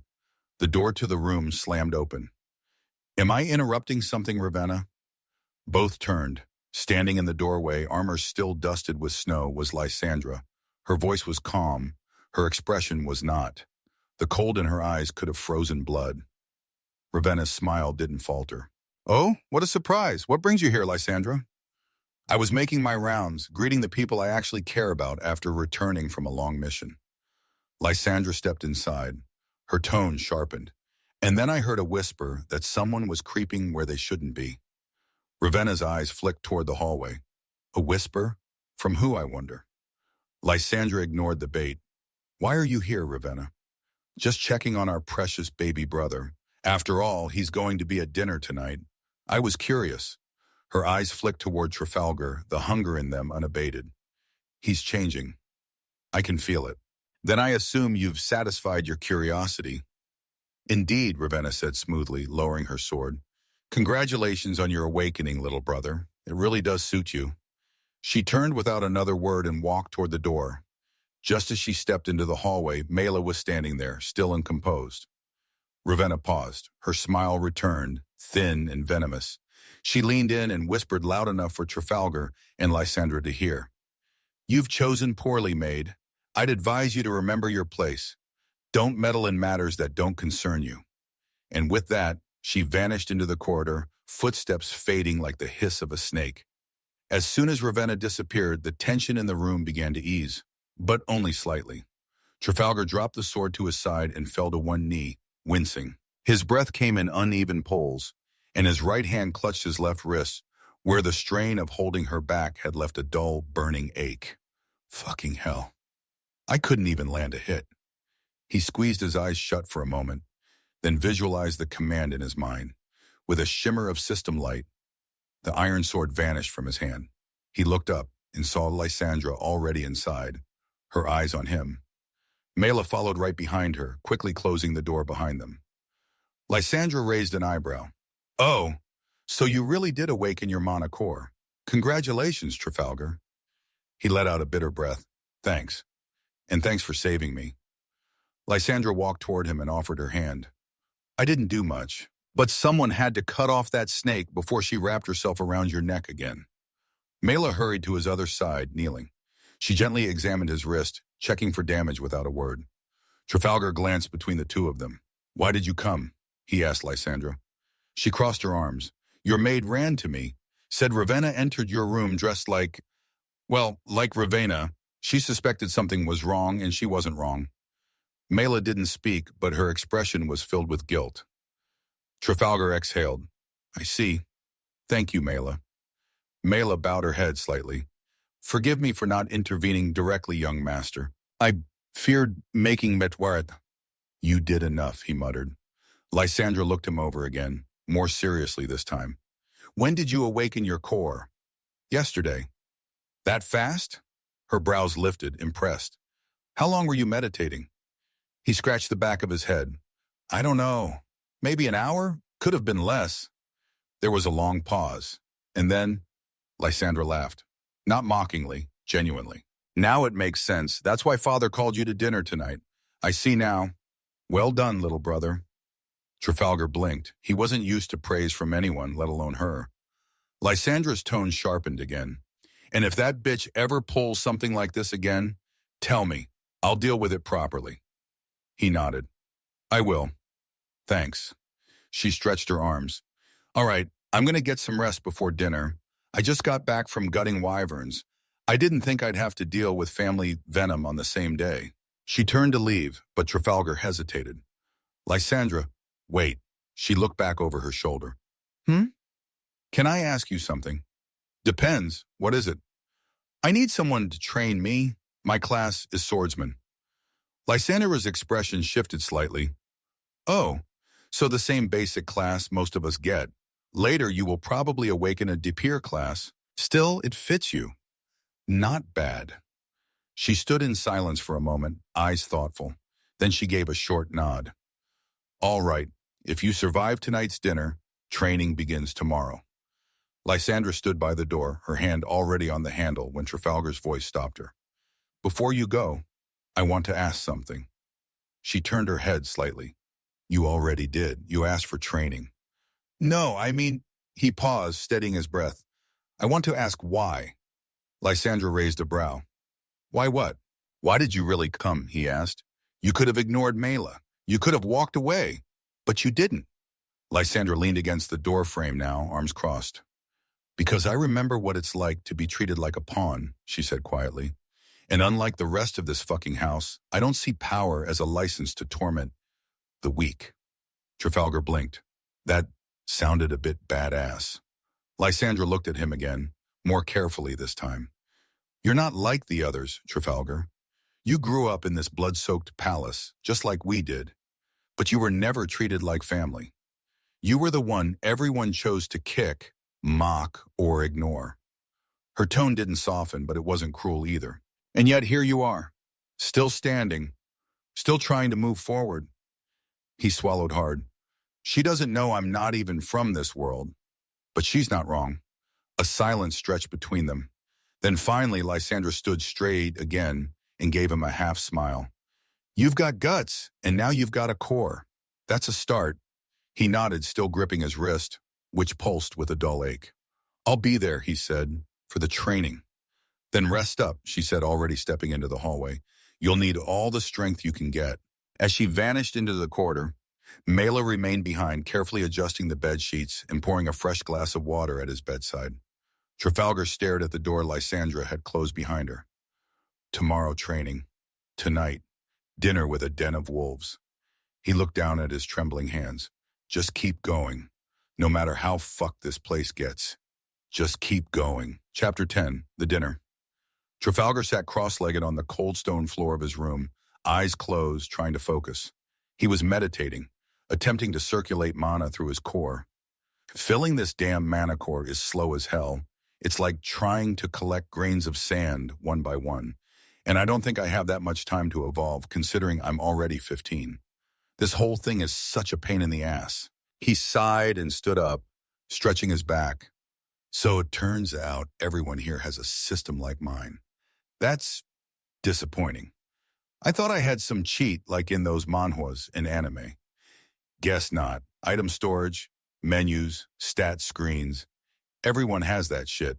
But my talent SS, that at least is something special. If I work hard enough, I might actually survive this world. He made his way to the bathroom and turned on the shower. Cold water hit his body, but he didn't flinch. If I'm stuck in this world, I might as well enjoy some of its luxuries. Not gonna live like a damn peasant. After the shower, he found a navy blue formal outfit neatly laid out, something Mela had prepared for the dinner. Trafalgar dressed himself, adjusting the sleeves, the collar, and brushing off imaginary dust. Then he sat at his desk and waited. 15 minutes later, knock, knock, knock. Are you ready, young master? Came Mela's voice from the door. Yes, Trafalgar replied. She entered, looked him over, and gave a satisfied nod. Still, she moved closer and made small adjustments, straightening his collar, fixing his cuffs, and brushing back a loose strand of his hair. Now you're ready, she smiled. Come, I'll take you to the dinner hall. Just try to stay strong. They'll probably provoke you. Please don't get into a fight. Trafalgar nodded. Don't worry, I don't plan to cause trouble. I'll eat and leave. But in his mind, he wasn't so sure. If only it were that easy. I'm the damn spotlight tonight just because they suddenly invited me after all these years. When was the last time? Right, 5 years ago when Trafalgar was 10. Great, but I didn't lie. I'm not looking for problems. I'll just answer Valterre's questions and be done with it. Mela led him through the wide halls of the Morgain estate. Golden candelabras glowed overhead, casting flickering light powered by mana crystals. Eventually they reached the tall double doors of the dining hall. A guard inside opened them as they approached. Did he sense us? Must be a trained soldier. Mela gave him a nod. I'll leave you here, young master. Good luck. Trafalgar stepped inside, face calm, posture upright, and eyes sharp. The heavy double doors opened with a slow groan, revealing the grandeur of the Morgain dining hall, high vaulted ceilings, a polished obsidian floor, and a long table stretching nearly the length of the room. Trafalgar stepped in, shoulders squared, breath steady, but inside he felt the familiar sting of invisible daggers. Every gaze at that table was aimed directly at him. He didn't flinch. At the head of the table sat Trafalgar du Morgain, dressed in midnight black robes trimmed with gold, exuding both command and cold indifference. Beside him, on his right, sat Seraphine, elegant and pale, her crimson nails tapping lightly against her wineglass. Next to her was Naivia, with a glassy smile that didn't quite reach her eyes. Across from them were Verena and Isolde, both equally composed, though Isolde shot Trafalgar a brief glance of veiled contempt. On the flanks of the table, his siblings had already taken their places. Closest to him on the near end were the youngest, Darian and Alira, both avoiding his eyes. A bit farther up, Nim, playing with his knife, and Silvar, who barely looked up from his plate. On the far side, clustered among the eldest, Ravenna, lounging with one arm draped along the back of her chair, eyes half-lidded and fixed on him with unmistakable heat. Helgar, towering and silent. Lysandra, her expression unreadable, though she gave him the smallest of nods, a flicker of acknowledgement. And Maram, as stoic and unmoving as a statue. Whatever, I'm not that Trafalgar anymore. Let's get this over with. A fork tapped against a glass, one of the servants giving the signal. Valtaire lifted a hand. Silence fell. The dinner was about to begin. The plates had begun to arrive. Steaming wyvern meat, thick manna root soup, and goblets of blood-red wine passed around with the grace of trained servants. The air was heavy with perfume, heat, and a tension so thick it could be cut with a blade. Trafalgar sat beside Alira, eyes scanning the room with practiced detachment. "So you finally crawled out of whatever hole you've been hiding in, little brother?" That was Nem, voice sharp with mockery, not even bothering to look up from his drink. Trafalgar didn't flinch. He picked up his glass of water and took a sip. "Right on schedule. They can say whatever they want, blah, blah, blah, deaf ears. I don't want to know anything." "Not speaking? Did you lose your tongue all these years?" Silver leaning back, wearing that bored expression he always had when tormenting someone less talented. Maybe he never had proper schooling. I mean, why waste books on a disappointment? That was Verena, low and elegant, as if she was talking about the weather. Isolde beside her gave a slight chuckle. Jesus, it's like they rehearse this shit every time. "Enough," Lysandra said sharply.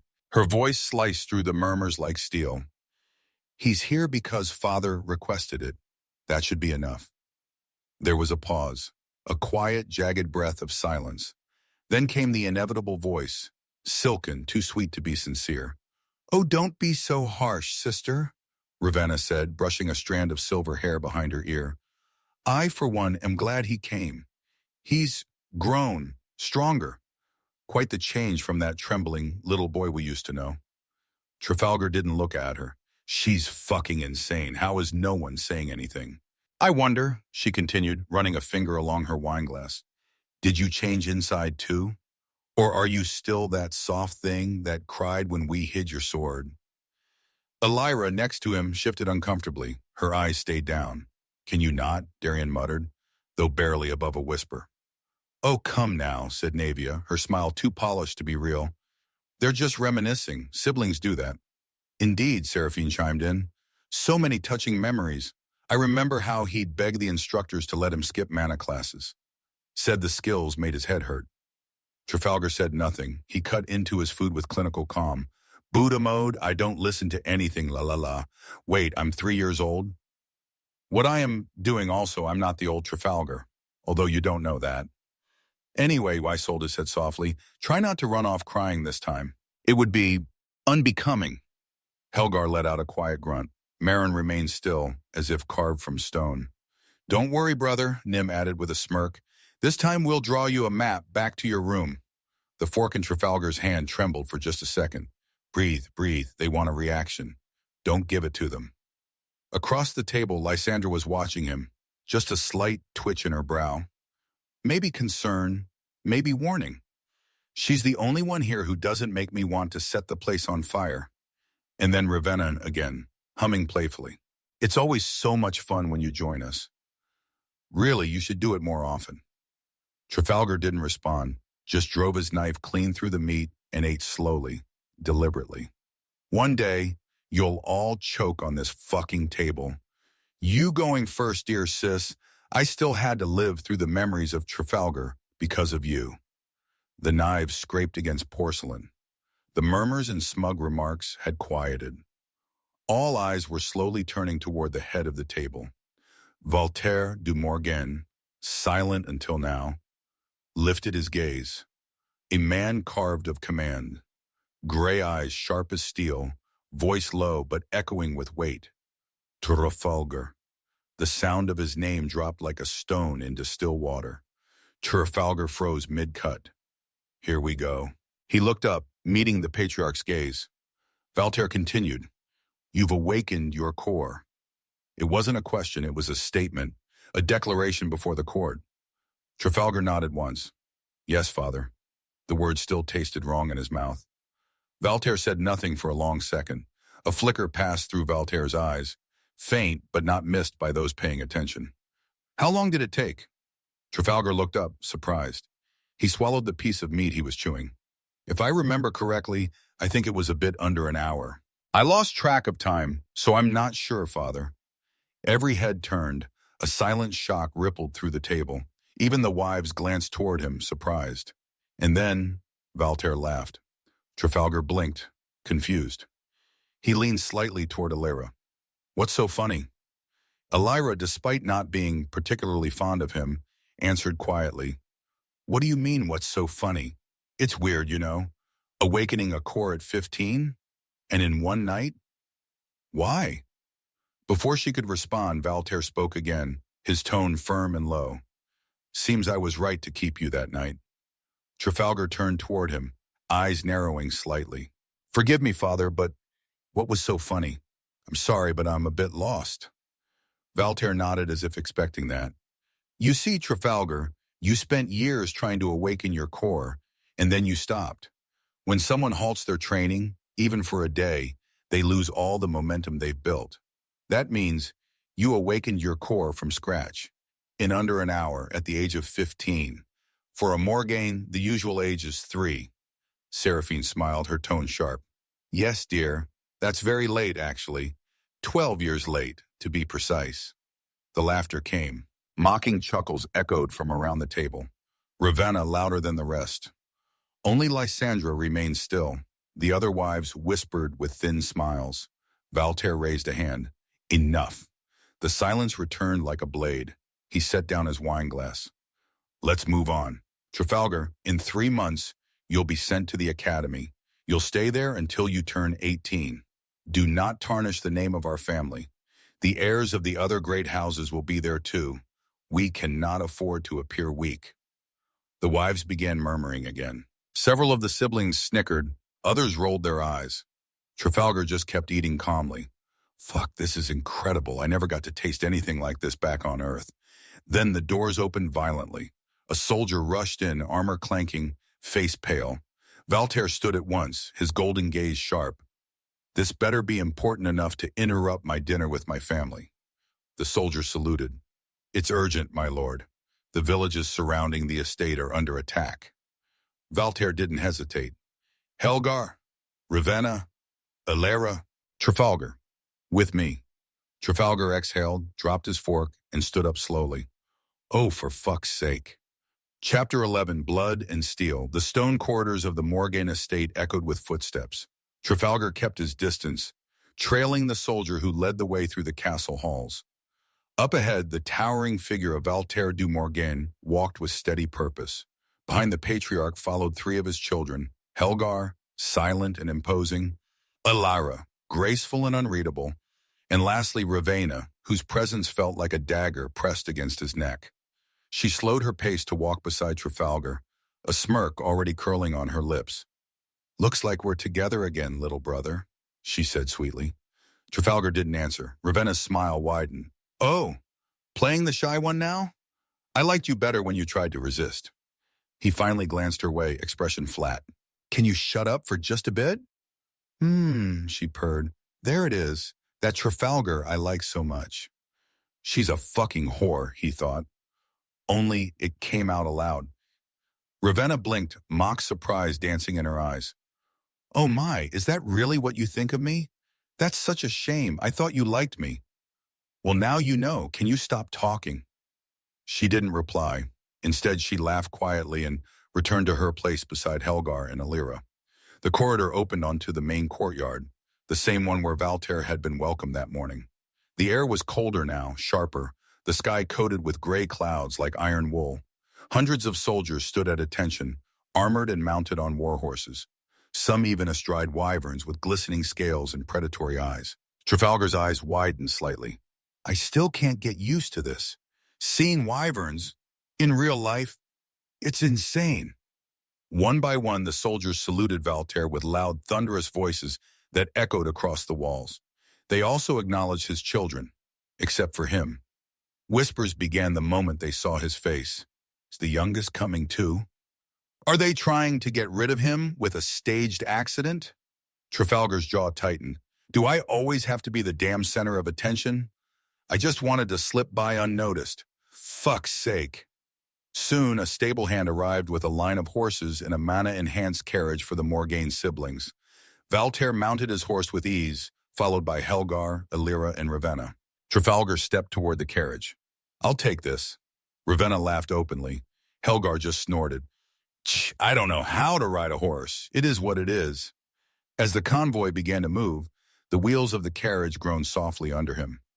Trafalgar peered out the small window, watching the snow-covered mountains in the distance and the charred remains of villages they passed, silent testimony of the monster attacks. The journey had begun. The wheels of the carriage hummed softly as it cut through snow-dusted trails. Outside, the sky had darkened further, casting an eerie pall over the war-torn landscape.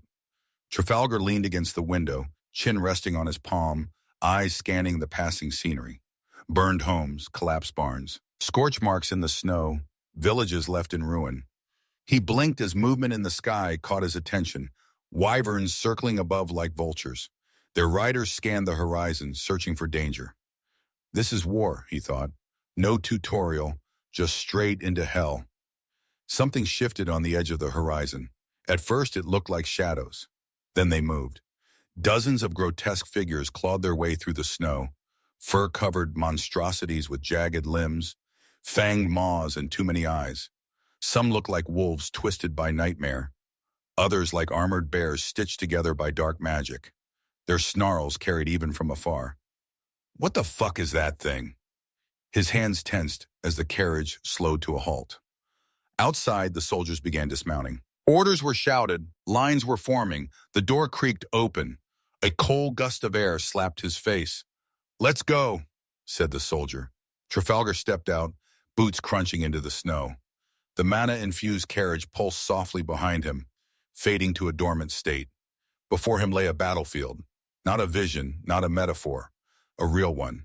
The monsters roamed free, scattered across the open terrain. Some already noticed the army's arrival. Valter turned from his horse, swordless but regal, and raised a hand. All right, time to work. His children dismounted with mechanical grace. Weapons shimmered into existence. Ravenna's curved blade appeared in her hand, glowing faintly with red enchantments. Helgar summoned a massive greatsword, nearly as tall as he was. Illyra held twin short swords, flipping them once before taking her stance. Trafalgar gulped and focused, summoning his own blade. A dull, unremarkable sword blinked into his grip. Sword. Common. Please don't snap the moment I swine you. Valter turned and caught sight of it. What is that thing you're holding? Trafalgar didn't flinch. A sword? Why? I didn't give you something better? I'm afraid not. Valter rubbed his chin. Right. My bad. I usually give each of my children a proper weapon when they awaken their core. Trafalgar nodded slightly. Guess it's my fault for awakening so late, Father. Valter gave a low chuckle. Well, if you survive this, I'll forge you one myself. Then without warning, he shoved Trafalgar forward toward the front lines. Go on then. Show them what it means to be a Morgan. Trafalgar stumbled, catching his balance in the snow. His grip tightened on the sword. Is this really happening? Trafalgar inhaled sharply, the cold air biting at his lungs. Ahead, the battlefield stirred. Monsters closing in, soldiers moving like trained wolves, his siblings already darting into combat. He stood still for a heartbeat, frozen. Then something clicked. A pulse deep in his chest. No, a pull. The world around him slowed just enough for his instincts to take over. Passive skill, sword insight. Cheat him. Oh, wow. Love Max. Lines of motion shimmered in the air. The footwork of Helgar, the pivot of Illyra, the weight transfer in Ravenna's strikes. Trafalgar saw it all, absorbed it, understood it. His temples throbbed, his head pounded. Ugh, fuck, my brain. It's too much. He clutched his forehead with his left hand, staggering slightly. Information poured in like a flood without a dam. But the monsters weren't waiting. A wolf-like beast leapt at him, 2 meters tall, eyes glowing crimson, teeth like daggers. Trafalgar's body moved on its own. He sidestepped the charge, twisted his torso, and drove his sword upward into the creature's neck. It screeched and collapsed, twitching violently as blood sprayed across the snow. He stared at it, breathing hard. I killed it! Another came. This one snarled as it lunged low. Trafalgar pivoted his foot just like Illyra had. His sword cut across its face. A third beast pounced. He reversed the blade's grip and stabbed it midair. My body! It's moving like I've trained for years. Somewhere behind him, Valter stood still on horseback, watching with narrowed eyes. Not bad for someone who never trained properly with guidance. More monsters came. The snow grew red. Screams and steel clashed in the distance. Trafalgar's world had shrunk to instinct, blade, and blood. Then came the sound that tore everything apart. A roar, massive, guttural, ancient. The very ground trembled beneath it. A shadow loomed across the battlefield as a giant beast stepped into view, each footfall sinking into the earth. It stood at least 30 meters tall, like a malformed troll covered in molten scales and bone armor. Its eyes burned with unnatural light. Trafalgar looked up, mouth dry. No fucking way. That's too much. I just reincarnated into this damn world. The beast raised its clawed arm and swung it down. One of the abandoned village structures exploded in a hail of wood and flame. Debris flew in every direction. Trafalgar threw himself behind a broken cart, shielding his head as planks and rock pelted the ground. A soldier called to him from behind a crumbled wall. Over here! Get behind this! Trafalgar ran, sliding behind the barricade next to the man, panting. Thanks! But something was off. Then came the whisper. This is a gift from your whore of a sister. Trafalgar's eyes widened. A dagger flashed. Time didn't slow. It shattered. The moment the dagger lunged for his throat, something deep within Trafalgar surged. Bloodline is stirring. His hand moved before he could think. He caught the assassin's wrist mid-strike. The soldier's eyes widened, just a flicker of panic flashing through his mask of calm. Trafalgar's grip tightened. Nice try, he muttered coldly. His own sword materialized in a burst of light, the plain steel humming faintly in his grip. Sword. Common. In one fluid motion, he drove the blade forward, through armor, through bone, through the bastard's heart. The false soldier gasped. Blood filled his mouth as he collapsed onto Trafalgar, warm and heavy. For a moment, there was silence. Shit. Shit! Shit! Trafalgar shoved the body off of him, chest heaving. His clothes were soaked in blood. Not monster blood, not paint, human blood. His mind spun. Adrenaline roared in his ears. Ravenna! That bitch actually tried to have me killed. He didn't get time to breathe. A sound like a blade tearing through the sky cracked above them. A blue cyan light split the clouds. The battlefield lit up with divine brilliance as a colossal pressure pressed down on everything.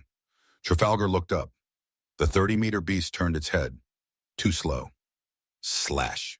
A single clean cut, the monster's massive body split diagonally, then collapsed in 2 burning heaps. Smoke and flame erupted as its insides tore apart, soaking the battlefield in silence. The source of the slash stood at the edge of the carnage. Trafalgar du Morgain. He lowered his glowing sword, its energy dispersing like mist. Not a scratch on him. Not a flicker of concern in his gray eyes. Trafalgar blinked, stunned. The body of the traitor still lay beside him. He just cut it in half, like it was nothing. Valter turned his gaze in his direction. No words, just a look. A reminder. This was the man he called father. Trafalgar wiped blood from his face, breath ragged. This is too much. Chapter 12, Ashes in the Dark. Trafalgar stood frozen, his breath stuck in his throat as he watched the impossible unfold.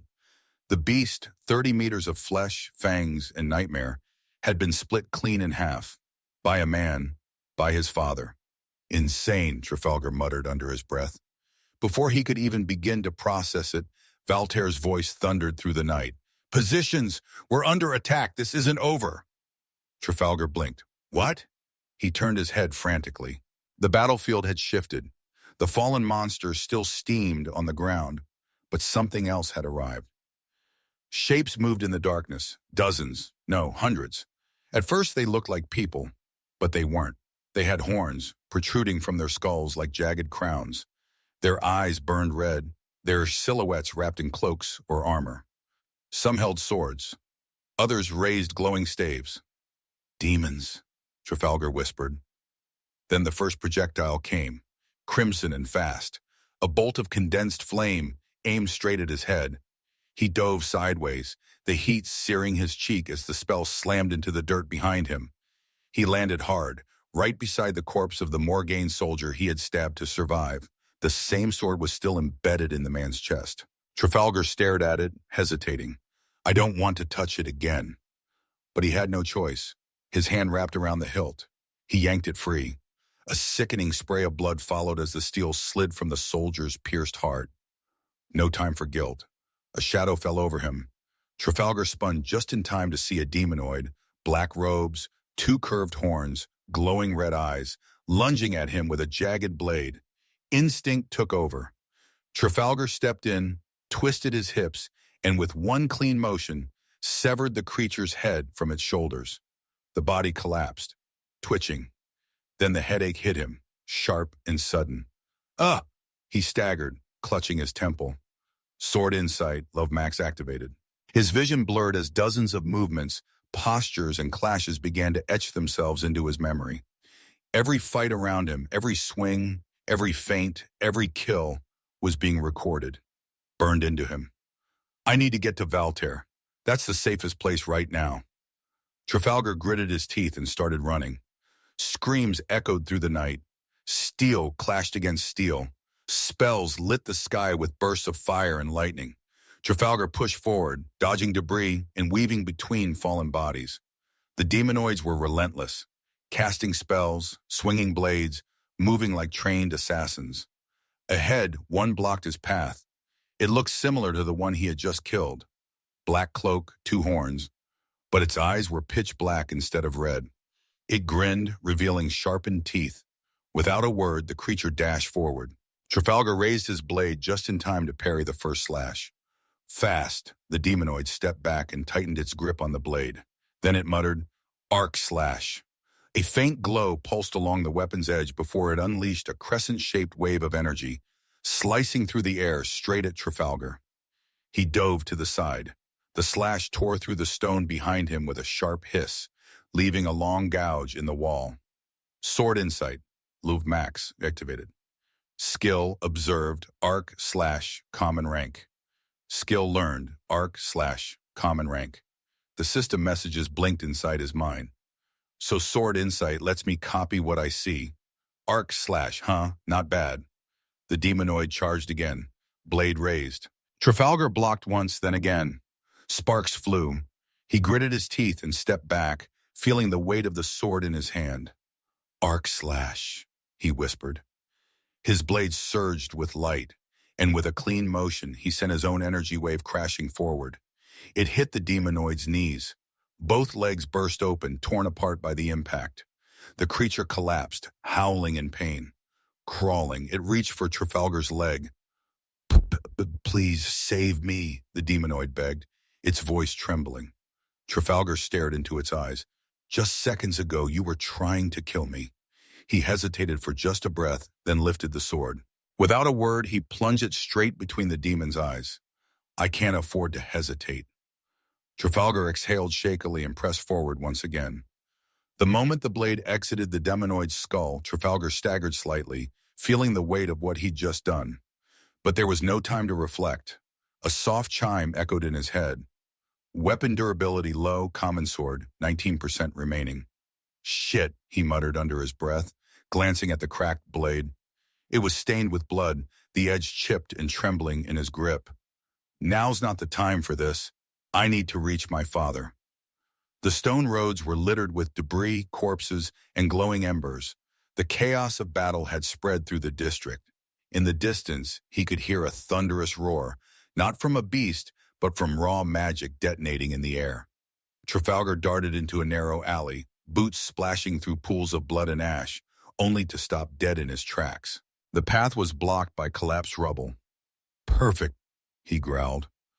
Before he could decide whether to climb or backtrack, a female voice called out from the other end of the alley. Trafalgar turned swiftly toward the voice. At the far end of the alley, stepping out from the shadows, was a girl around his age. She wearing a tattered cloak over fitted black leather armor. Her skin was pale. 2 black horns curved from her forehead, and long purple hair flowed behind her in waves. Her eyes were grayish, not glowing but faintly shimmering. She tilted her head with a playful smile. "Oh, the bastard himself," she said. Trafalgar narrowed his eyes. "Do I know you?" The girl stepped closer, hands behind her back, like a child caught sneaking around. "Tisk, tisk. You don't remember? That's a shame. I thought we were childhood friends." He furrowed his brow. Childhood friends? Trafalgar was friends with her? She let out a small laugh. Still nothing? Well, no matter. You'll remember soon enough. Trafalgar tightened his grip on the worn sword. Who the hell is this girl, and why is she showing up now, in the middle of a battle? The girl stepped even closer, her smile fading slightly. Her expression turned unreadable. "You're not as broken as I remember," she said. Trafalgar raised his weapon slightly. "If you're here to fight, come at me." The girl simply grinned. "Fight? No, I just wanted to say hello. I think after this things will calm down between our two families." She turned her back on him and began to walk away toward the flames in the distance. "We'll talk again soon. Trafalgar du Morgain." And with that, she vanished into the shadows. Trafalgar stood there frozen for a few seconds. What the fuck was that? Chapter 13, After the Ashes. The sky was still dark, but a faint glow had begun to rise from behind the mountains. Cold wind whispered across the snowy plains, carrying with it the stench of ash, blood, and something less tangible, regret. Trafalgar stood at the edge of the hill, surrounded by silence and ruin. His breath formed visible clouds in the air as he looked to the east, where the first rays of sunlight pierced through the mountain peaks. The battlefield stretched far beyond his sight. Burned buildings, shattered earth, corpses half buried in snow.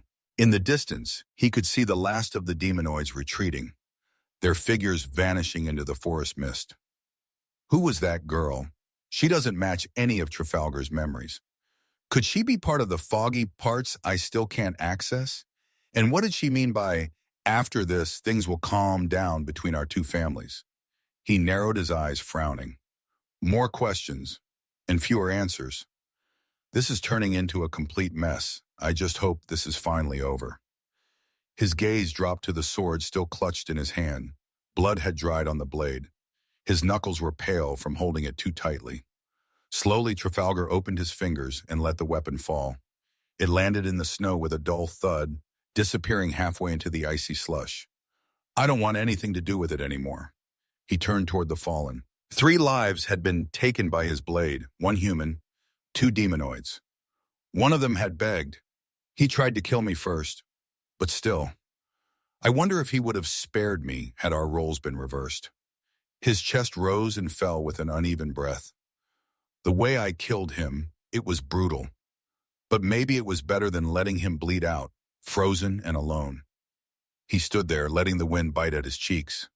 Below, Morgain's soldiers were already moving. Some carried stretchers, others helped civilians or comrades who could barely walk. A few still worked on putting out fires with controlled ice magic, the smoke rising in tired columns.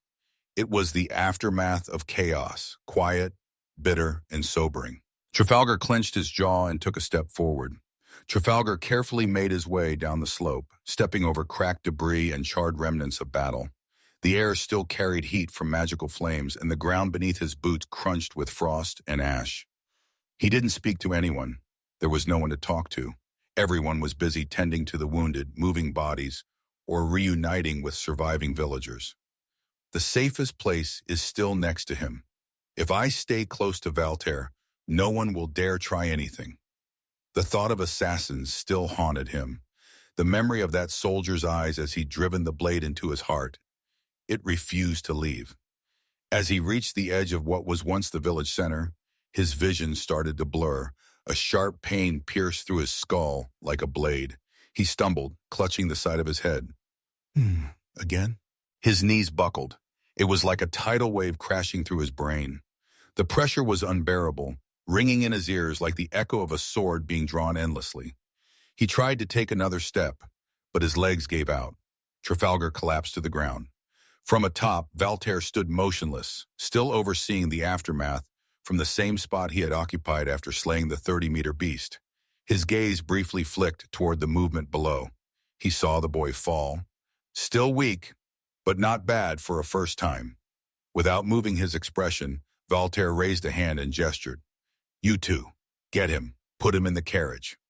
Two nearby soldiers nodded and hurried toward the unconscious Trafalgar. Valtaire then turned to one of the commanders nearby. "Your squad will remain here. Assist the wounded and help rebuild the perimeter. I'll send reinforcements soon." The commander saluted. "Understood, Lord Valtaire." Not far from them, Helgar stood with his arms crossed, watching the scene unfold. Elira leaned on Helgar's massive greatsword, her blonde hair stained with soot. Ravenna remained silent, her arms folded behind her back. "Shh," Helgar grunted. "Looks like the House Zarkale still holds a grudge against Father." Elira nodded. It didn't feel like a full-on assault, though. They held back, more like a warning. Helgar sighed. "Guess this time Father won't be able to avoid the council meeting. It's been long overdue. They'll demand an explanation, and likely a solution. If the council gathers," Elira added, "there'll probably be an event tied to it. We'll all be expected to attend." "Right," Helgar agreed, then glanced sideways. "Ravenna, you okay? You've been unusually quiet." "Oh, I'm fine," Ravenna answered with a faint smile. "Just a little drained. One of their fighters was at prime level. Like me. They sent someone that strong just to deliver a warning?" Helgar raised an eyebrow. "He escaped," Ravenna murmured. Then her eyes glinted slightly, her expression softening into something unreadable. "So you survived, little brother. That's good. Now I'll have more time to play with you." The dark carriage rumbled down the snow-dusted road, its wheels creaking faintly with each rotation. Inside, Trafalgar lay unconscious, his breathing steady but shallow. His body swayed slightly with each bump, but he didn't stir. Outside, Valtaire rode silently atop his dark steed, leading the convoy. Behind him followed Helgar, Elira, and Ravenna on their own horses, quiet, solemn. Other Morgan soldiers marched or rode behind, guarding the rear and flanks. The scent of blood and burnt wood lingered in the cold morning air. An hour later, the towering silhouette of Morgain Castle came into view, its obsidian walls rising like jagged fangs from the mountain's edge. As they approached the main courtyard, dozens of uniformed guards stood ready, forming two neat lines. Several clerics and medics were already rushing forward with stretchers and blankets for the wounded. Among them stood Mela. Wrapped in her winter cloak, the young maid's chestnut eyes searched anxiously. As the first carriages arrived and the injured were carried out, she scanned every face until she saw him. "Trafalgar!" Two soldiers gently lifted him from the carriage and placed him on a stretcher. "Is he hurt? What happened to him? Is he bleeding?" Mela asked frantically, running toward the stretcher. "Is he—" "Step aside," one of the soldiers ordered calmly. Mela looked like she was about to argue when a cold, commanding voice spoke from behind. "You're his maid, aren't you?" Mela froze and slowly turned. Valtaire stood tall behind her, his cape lightly flapping in the breeze, his expression unreadable. "Yes, my lord," she replied, lowering her gaze. "Good," he said, his tone detached. "When he wakes, tell him to come to my office." Mela blinked. "Of course, my lord, but may I ask, is he all right?" Valtaire glanced toward the stretcher being carried inside. It seems he overexerted himself for the first time in years. It's exhaustion. His words were cold and simple, without concern. I understand. I'll make sure he comes to your office when he wakes up." Valtaire said nothing more. He turned and walked toward the inner halls of the castle. Mela watched him go, then turned back and hurried after the soldiers, her gaze fixed on Trafalgar's unconscious form. Behind her, the three Morgain siblings dismounted. Helgar, arms folded, glanced toward their father with a smirk. Well, look at that, Ma said. Seems like the bastard finally earned some respect from father. Neither Alira nor Ravenna responded. They simply watched as Mila disappeared into the corridor, following the stretcher into the castle. Chapter 14. Midday sickness. The light of midday leaked through the curtains. Trafalgar's eyes snapped open, his body tensed. His breath came out short, shaky. Images from the night before flashed across his mind, blades cutting through flesh, screams, blood, the lifeless body of a man he had killed. He pushed the sheets away and sat up, hands trembling. His stomach churned violently. Without thinking, he stood and rushed toward the bathroom. But halfway there, a sharp, stabbing pain shot through his head. "Ugh," he groaned, clutching his temple. His knees buckled. He dropped to one knee, barely keeping himself from collapsing completely. The pain worsened, pressure building in his skull as the nausea spiked. Then it happened. His body lurched, and he vomited onto the floor. He stayed there, breathing heavily, one hand on the cold stone, the other still pressed to his head. His throat burned. His body felt hollow. The door burst open. "Young master!" cried a voice. Mela entered in a rush. Her brown hair was tied back in a neat ponytail, her eyes wide with alarm as she took in the scene. Trafalgar on the floor, and vomit staining the ground beside him. "Wait, let me help you." She hurried to his side and knelt down. Without hesitation, she slipped an arm around his back, helping him sit upright. He didn't resist. His limbs were too weak. His pride, for once, remained silent. Mela guided him slowly back to the bed. He sat down, breathing unevenly, wiping the corner of his mouth with the back of his hand. "Thank you, Mela." "It's nothing," she said softly. "Please wait here. I'll clean this up and bring you something warm." Trafalgar nodded faintly, leaning back against the pillows. As Mela left the room, his gaze drifted to the ceiling. The silence returned, heavy and sharp, just like the guilt. Mela returned quickly. In one hand, she carried a bucket, a cloth, and a set of cleaning tools. In the other, a small tray with a bowl of steaming soup. She knelt beside the mess without a word and began cleaning with practiced movements. Within minutes, the stone floor was spotless again. She rose, wiped her hands, and moved the chair from Trafalgar's desk over to the bedside. She set the tray down and smiled at him. "I brought you something light. You need to eat." "I can feed myself," Trafalgar muttered, sitting up straighter. "No, you nearly fainted again earlier. You shouldn't strain yourself. Please, let me do it." She sat down, lifted the spoon, and gently blew on it. "Open your mouth, young master." Trafalgar hesitated. For someone who had been a university student back on Earth, this was humiliating, being spoon-fed like a child. But his body ached, and the warmth of the soup smelled oddly comforting. He opened his mouth without protest. The first spoonful slid down easily. Warmth filled his chest. Mela continued feeding him, patient and quiet, smiling every few bites. When she set the empty bowl aside, she looked at him with a gentle expression. "All done? Feeling a little better now, young master?" "Yeah, thank you, Mela." "It's nothing. I'll take the tray." As she stood to leave, Trafalgar reached out and lightly grabbed her wrist. "Wait, can you tell me what happened?" Mela paused, then nodded. "Well, after the others returned, you were unconscious on a stretcher. They carried you straight to your room. I asked what happened, but no one would say anything. Not until your father told me it was due to exhaustion." She looked down, her voice quieter. "I was really worried, young master. You didn't move for hours. Right. Your father also left a message. He wants to see you in his office. He said to let you know once you woke up." Trafalgar exhaled. "All right, I'll go shower first." "Can you let him know I'll be there soon?" "Of course. I'll do that now. Excuse me, young master." Mela gave him a quick bow and left with the tray in hand. The door clicked softly behind her. The steam from the shower clouded the mirror. Trafalgar stood in front of it, water dripping from his hair, trailing down his bare shoulders. He leaned both hands on the edges of the sink, eyes locked onto his reflection. His face looked pale, hollow. There were dark circles under his eyes and a tension in his jaw that hadn't been there before. He stared for a long moment. This is getting too much. His fists clenched against the stone basin. "Fucking Trafalgar. You bastard. You had everything, all the privilege, and you wasted it." His breathing slowed. The guilt didn't fade. It sat deep in his chest like a weight he couldn't cough out.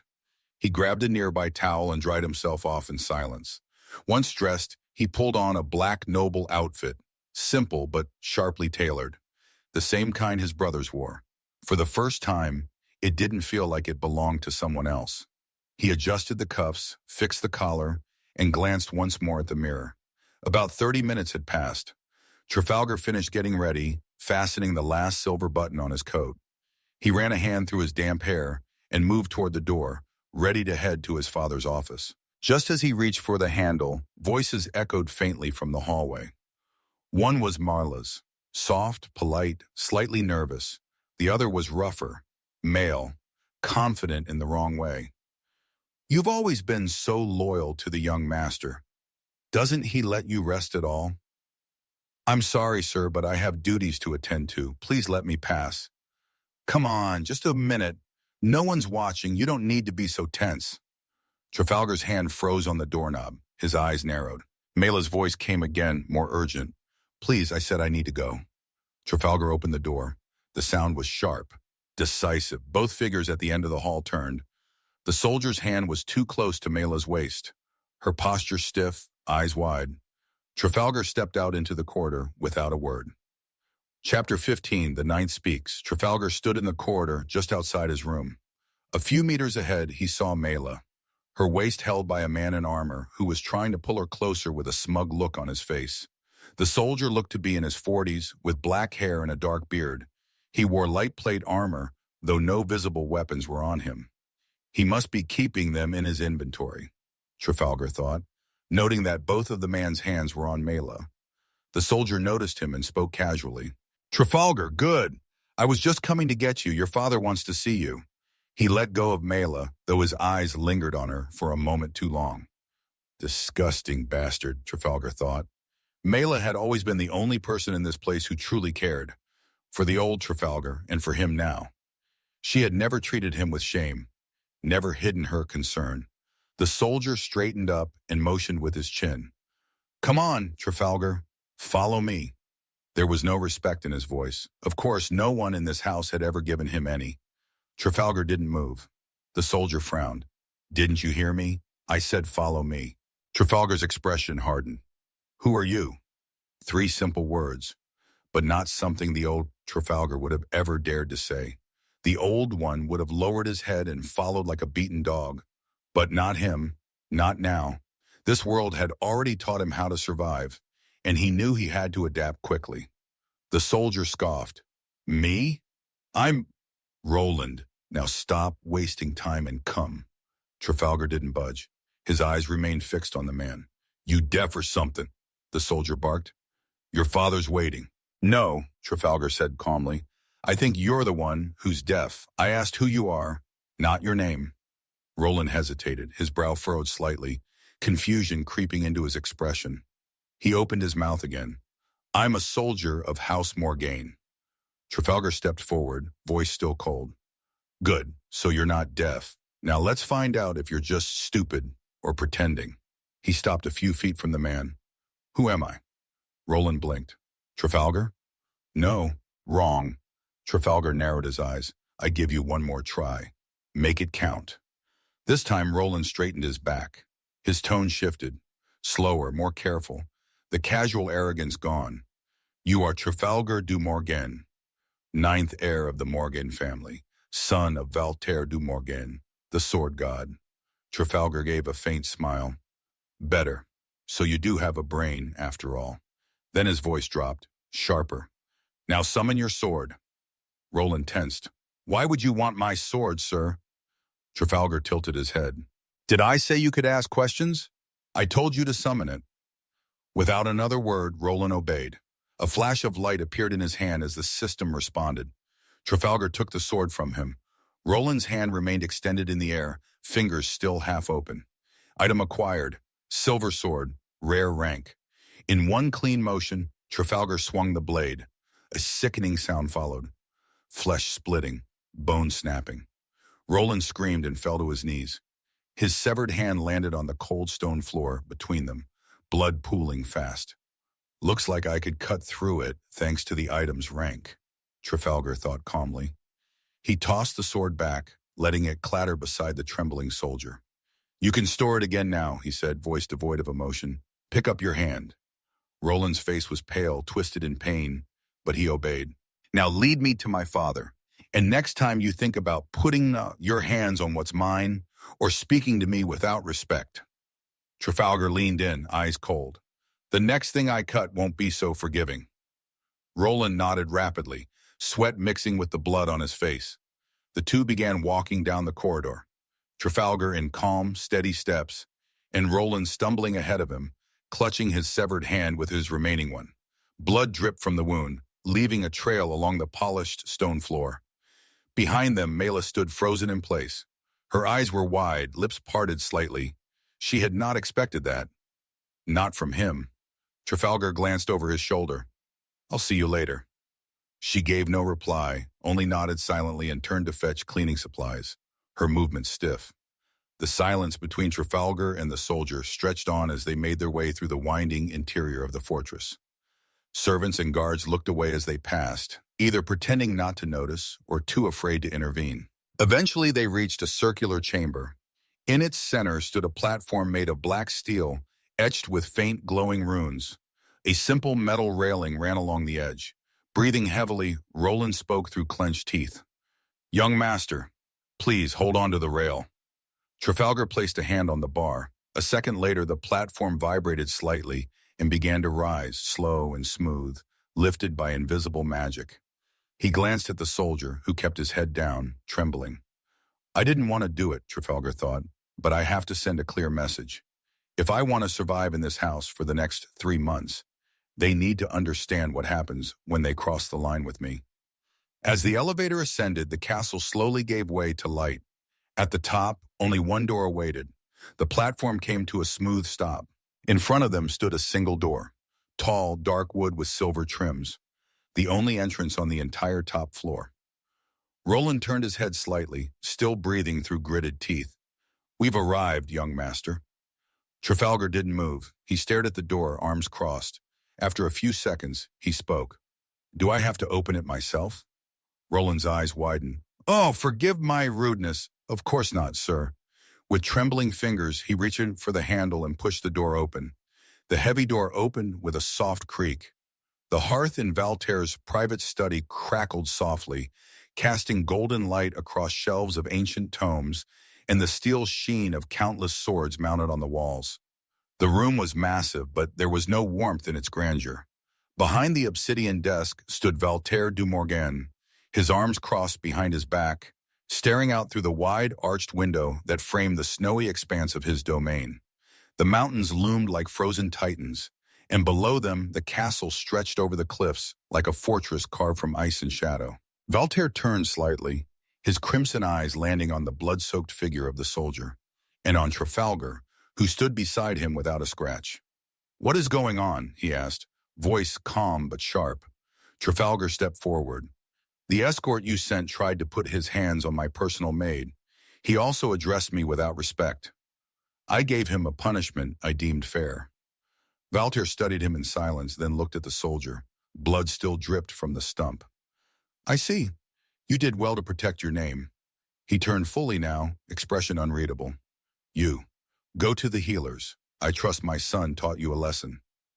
The words hit harder than the blade had. Oh, go. Roland bowed his head, clutching his wrist. Yes, my lord. He turned and left the room quickly, boots leaving faint streaks of blood on the stone floor. Trafalgar remained where he was, unmoving. He called me his son. Chapter 16, The Chosen Blade. Trafalgar stood in front of Trafalgar once again. You surprise me, Trafalgar said, arms still behind his back. I didn't expect you to act that way. Defending your maid, defending our name. I believe I did what I should, father. Good, I like that. That's how you should have acted from the beginning. Well, better late than never, as they say. I called you here for the promise I made. Today, you will receive your weapon. My weapon, Trafalgar asked. Correct. I told you before we went to deal with the emergency, didn't I? All my children receive a blade after awakening their mana core. Though all of them got theirs at age 3, you're the first to get it at 15. Trafalgar blinked. He's insane. Who gives a sword to a 3-year-old? Out loud, he said, "Sorry I wasn't a son worth the effort until recently." "It doesn't matter," Valter replied, unmoved. "I imagine you awakened some sort of unique talent, considering how you went from nothing to awakened in a single night. Tell me, what rank is your talent?" Trafalgar held back a breath. "I can't tell him it's SSS. In the first game, the highest was S. Maybe it's the same in this world. Better to go with something that sounds strong but not suspicious." "A rank, father." Valter narrowed his eyes. Seems I was mistaken then. Don't get me wrong, most of my children are A rank, all but 3, Lysandra, Ravenna, and Maron. Though I suppose you already knew that." Trafalgar nodded silently, though he hadn't known anything about the rank his siblings were. He raised his voice again. "May I ask you something, father?" Valter glanced at him. "It seems your behavior's grown bolder too. Go ahead. I'll allow one question." "Thank you. What was the cause of yesterday's attack?" That?" Valter waved a hand dismissively. "Nothing serious. I've missed a few of the council's meetings lately, and we've had minor territorial issues with another great house. They just wanted to send a message to push for a formal discussion." Trafalgar nodded slowly. "They're insane. Who sends monsters as a negotiation tactic? What happened to messengers?" He opened his mouth again. "One more question. If I—" "No," Valter interrupted. "You've used your chance. Next one, earn it. Come, time to retrieve your weapon."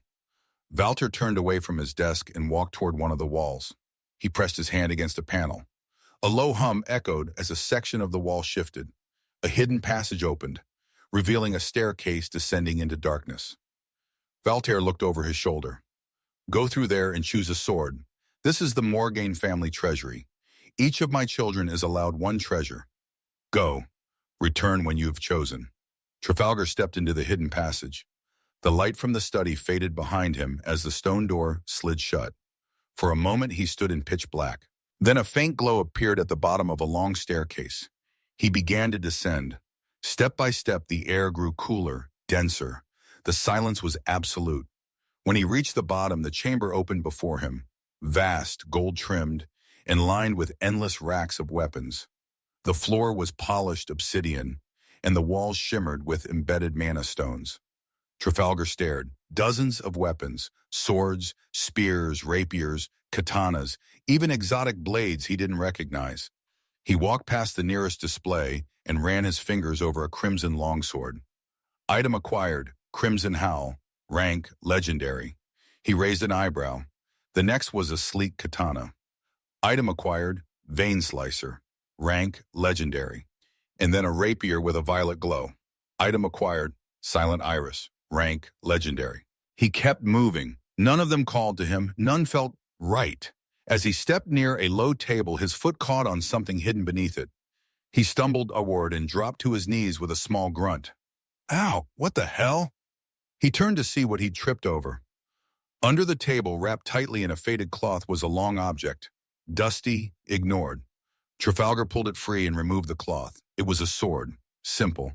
The hilt was black, matching the color of his hair. The blade was clean silver, but the way it reflected light made it seem almost blue. A deep, dark blue like his eyes. A system window appeared. Item acquired, Maledicta, a evaluative weapon, common rank. He stared at it. Maledicta, huh? Evaluative weapon? That actually sounds promising. In games, these things always end up brokenly strong. And if I add SSS talent on top of that, a small grin formed on his lips. "I think I've found my sword. Let's see if Valter accepts it." Trafalgar emerged from the hidden chamber with the sword still in hand. He hadn't sheathed it. Not yet. Not until Valter approved it. He stepped back into the study. Valter was already standing near his obsidian desk, arms crossed. "Have you chosen Ibesh?" he asked without turning around. "Yes," Trafalgar replied calmly. "This will be my sword." Valter slowly turned to face him, his eyes locked onto the weapon, frowning. "I don't remember placing a sword like that in the treasury. Hand it over." Trafalgar hesitated for a moment, then extended the blade. Valter took it with one hand and examined it carefully. His gaze sharpened. "Epic rank? How could something like this end up in the Morgain treasury?" No matter. Put this away. Go back and choose another. I'll personally get rid of this piece of junk. No, Trafalgar said firmly. Voltaire raised an eyebrow. No, you're defying your father's word? This sword, it reflects who I am. Trash, like I was until just days ago, just like me. I'd like to keep it. A long silence followed. Voltaire stared at him, trying to determine if this boldness was real or a fleeting spark. Finally, he handed the sword back. Fine, take it. Just don't regret it later. Trafalgar accepted it, gripping it tightly with both hands. I won't. Good. You may leave. Thank you, Father. He turned and walked toward the door, steps steady. As he opened it, a thought crossed his mind. Looks like the system didn't let him detect it's an evaluative weapon because it shows him another rank. Works in my favor. Chapter 17, A Different Trafalgar. Trafalgar closed the door to his room. Without a word, he stored Maledicta. Mela turned toward him from the window, concern etched across her face. Are you all right, young master? I'm fine. Should there be a reason why I wouldn't be? Well, forgive me for saying this, but these past few days, you've been acting differently. You used to be quiet, timid, someone easy to push around. You don't like the way I am now? That's not what I meant. Trafalgar looked at her silently for a moment.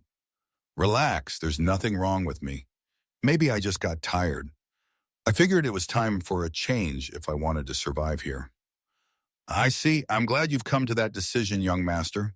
Please remember, I'll always be here for you. Good. Then if you don't mind, I'd like to rest for a bit.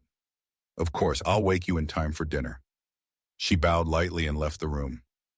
Out in the corridor, she spotted Roland. The moment he saw her, he flinched, his posture stiff with fear.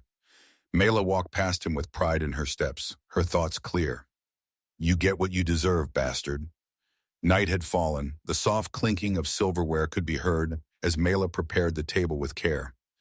Trafalgar sat silently, still half drowsy from his nap. Then, 3 knocks at the door. Tuk, tuk, tuk. It opened without waiting for a reply. Standing there was Lysandra, his older sister and the second daughter of House Morgan. Her platinum blonde hair flowed loosely, and she wore a long sleeping blouse, casual yet elegant. Her green eyes landed on Trafalgar. Looks like you're awake, Trafalgar. I'm glad. You worried about me, sister? You know I'm the only one in this family who ever treated you like family, right? Don't you feel even a little affection for me? A little, though you didn't stop everything that happened to me either. So, what brings you here? Can I have dinner with you tonight? Trafalgar glanced at Mela and gave a subtle nod. All right? Good. While your maid brings me a plate too, we're going to have a little talk. Trafalgar leaned back in his chair, curious. What do you want to talk about? Well, about how you've been lately. Seems like things have gone well. If by well you mean almost getting killed twice in 3 days, then sure. Twice? Oh, you mean the monsters during yesterday's mission with Father? That's normal, you know. Monsters try to kill you. That's all they do. That's not what I meant. A Morgan soldier tried to kill me.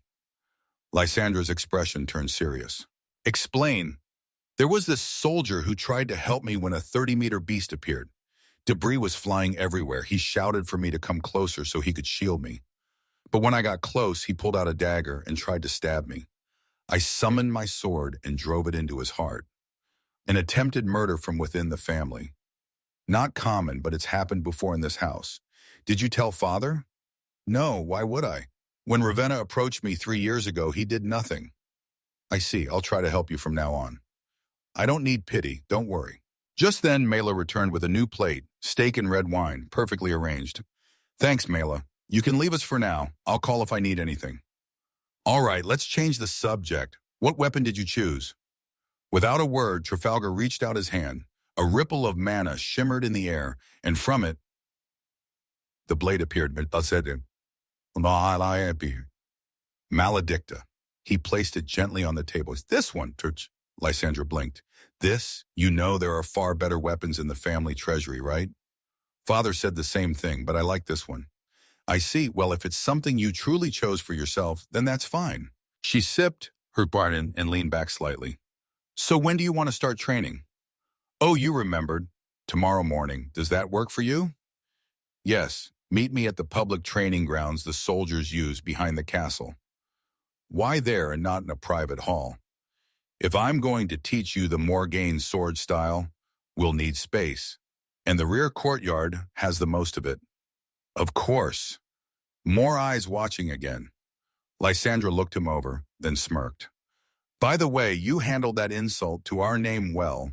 There are rumors about it spreading all over the castle. Screw it. In this house, no matter what I do, someone always finds out. All right, tomorrow morning it is. The room fell into a brief silence. Trafalgar poked at his steak with a fork, eyes unfocused for a moment. Lysandra watched him, her tone softening. You've changed a lot, but I think it suits you more than how you used to be. He didn't respond. No one's going to protect me here. I'm just trying to survive in this sick world. Thanks for dinner. Of course. I'll see you tomorrow. She stood, brushed a few strands of platinum hair behind her ear, and gave him a rare, sincere smile. As she reached the door, she paused.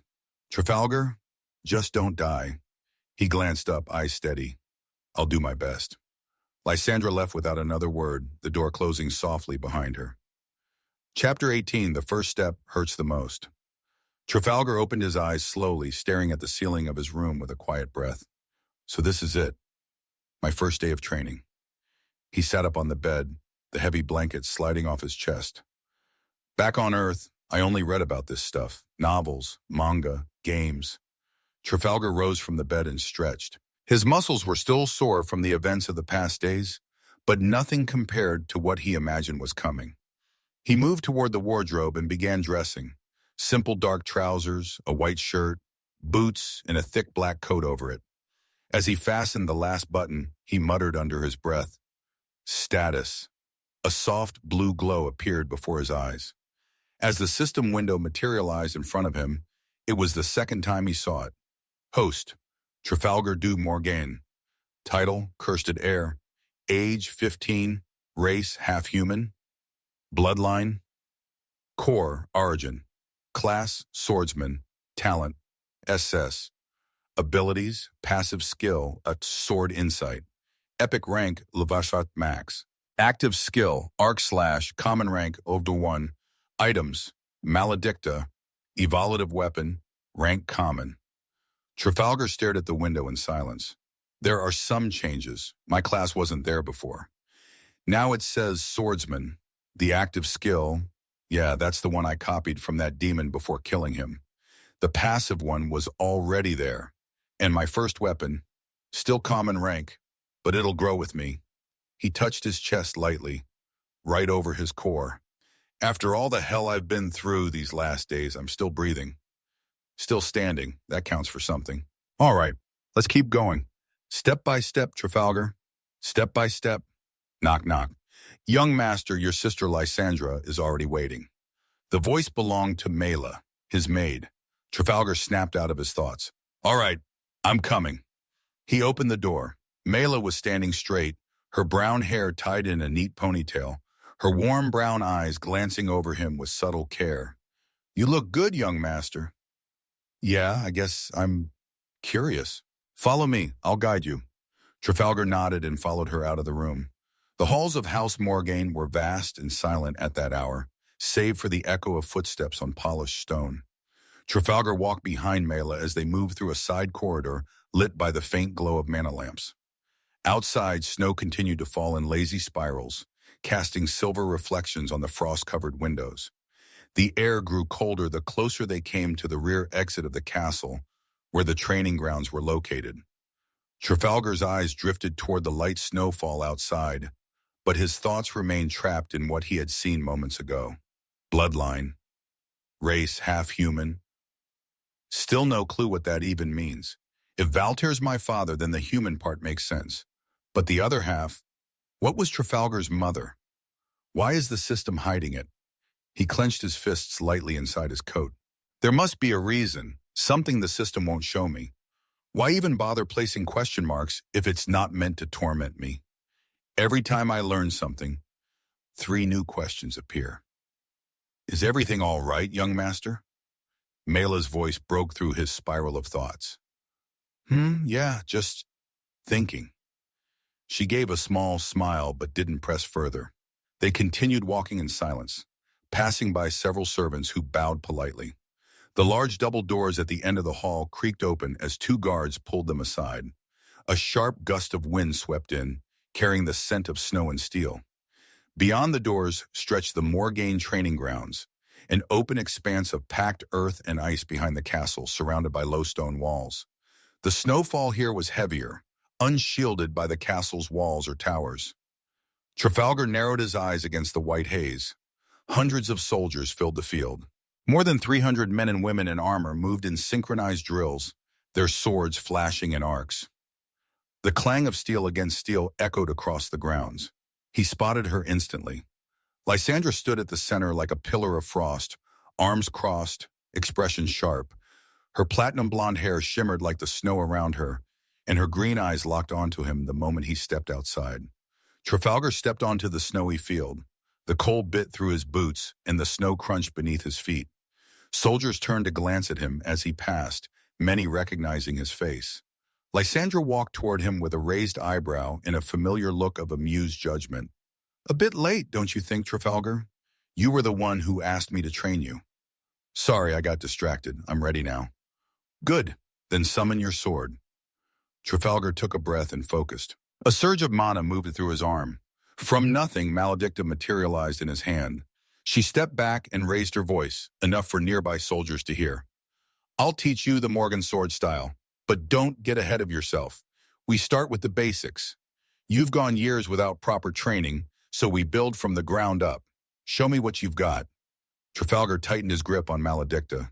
He tried to mimic what he had seen in novels and games. A ready stance, a forward lunge, a basic slash. It looked pathetic. His feet were uneven, his weight off balance, his arms stiff. The blade wobbled midair, and he nearly tripped after finishing the swing. He turned to Lysandra, trying to keep a straight face. "And how was that?" Lysandra stared at him, unimpressed. "You're terrible. For a Morgan, it's embarrassing." Behind her, a group of soldiers burst into laughter. One of them elbowed another and whispered something Trafalgar couldn't hear, but the smirks were obvious. Trafalgar let out a slow breath. "All right, you gonna help me or keep insulting me?" "That's what you asked me for, didn't you?" Lysandra said with a smirk. "But I'm keeping this favor. Starting today, you'll follow this routine every morning until you leave for the academy. No exceptions." "Fine. 2 months of fundamentals. After that, I'll show you the house techniques. But only if you prove yourself." Trafalgar nodded again, this time more seriously. He didn't care about shame. He will do what he needs to survive. "All right, nothing comes the easy way." Lysandra spun around and pointed to a more secluded area of the training grounds, where the snow was barely covered. "All right, before anything else, you need to understand how mana training works. Every morning before combat, you'll meditate. Absorb the ambient mana and let it flow into your core. That's the only way to fill it." Trafalgar walked behind her, nodding along. "Both meditation and physical training contribute to core advancement. Your talent determines how fast or slow that progress is." She stopped and gave him a sideways glance. "You told Father your rank talent is A, right?" "Yeah." That's about average in our house. I'm C. Most of our siblings are A, only 3 are S, including me." "Yes, I knew don't need to flex." Trafalgar kept his expression blank. "I can't let them know it's SSS. No one can know, at least for now. I wonder what talent Valtaire has." Lysandra continued, unaware of his inner thoughts. "Still, if you stay consistent, you'll advance. Origin core or not, it always comes down to work, especially for someone trying to catch up on 10 years of training." "Understood." She pointed to a flat stone slab, lightly dusted with snow. "Sit. Close your eyes. Focus on your breathing. Feel the mana around you. It's slow and cold, like fog. Let it enter your body. Let it gather in your core." Trafalgar raised an eyebrow. "Now, yes, now, or do you want me to scream until every soldier here watches you fail at meditating too?" "No need, I'm on it."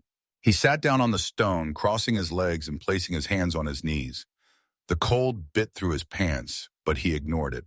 As he closed his eyes, his thoughts settled.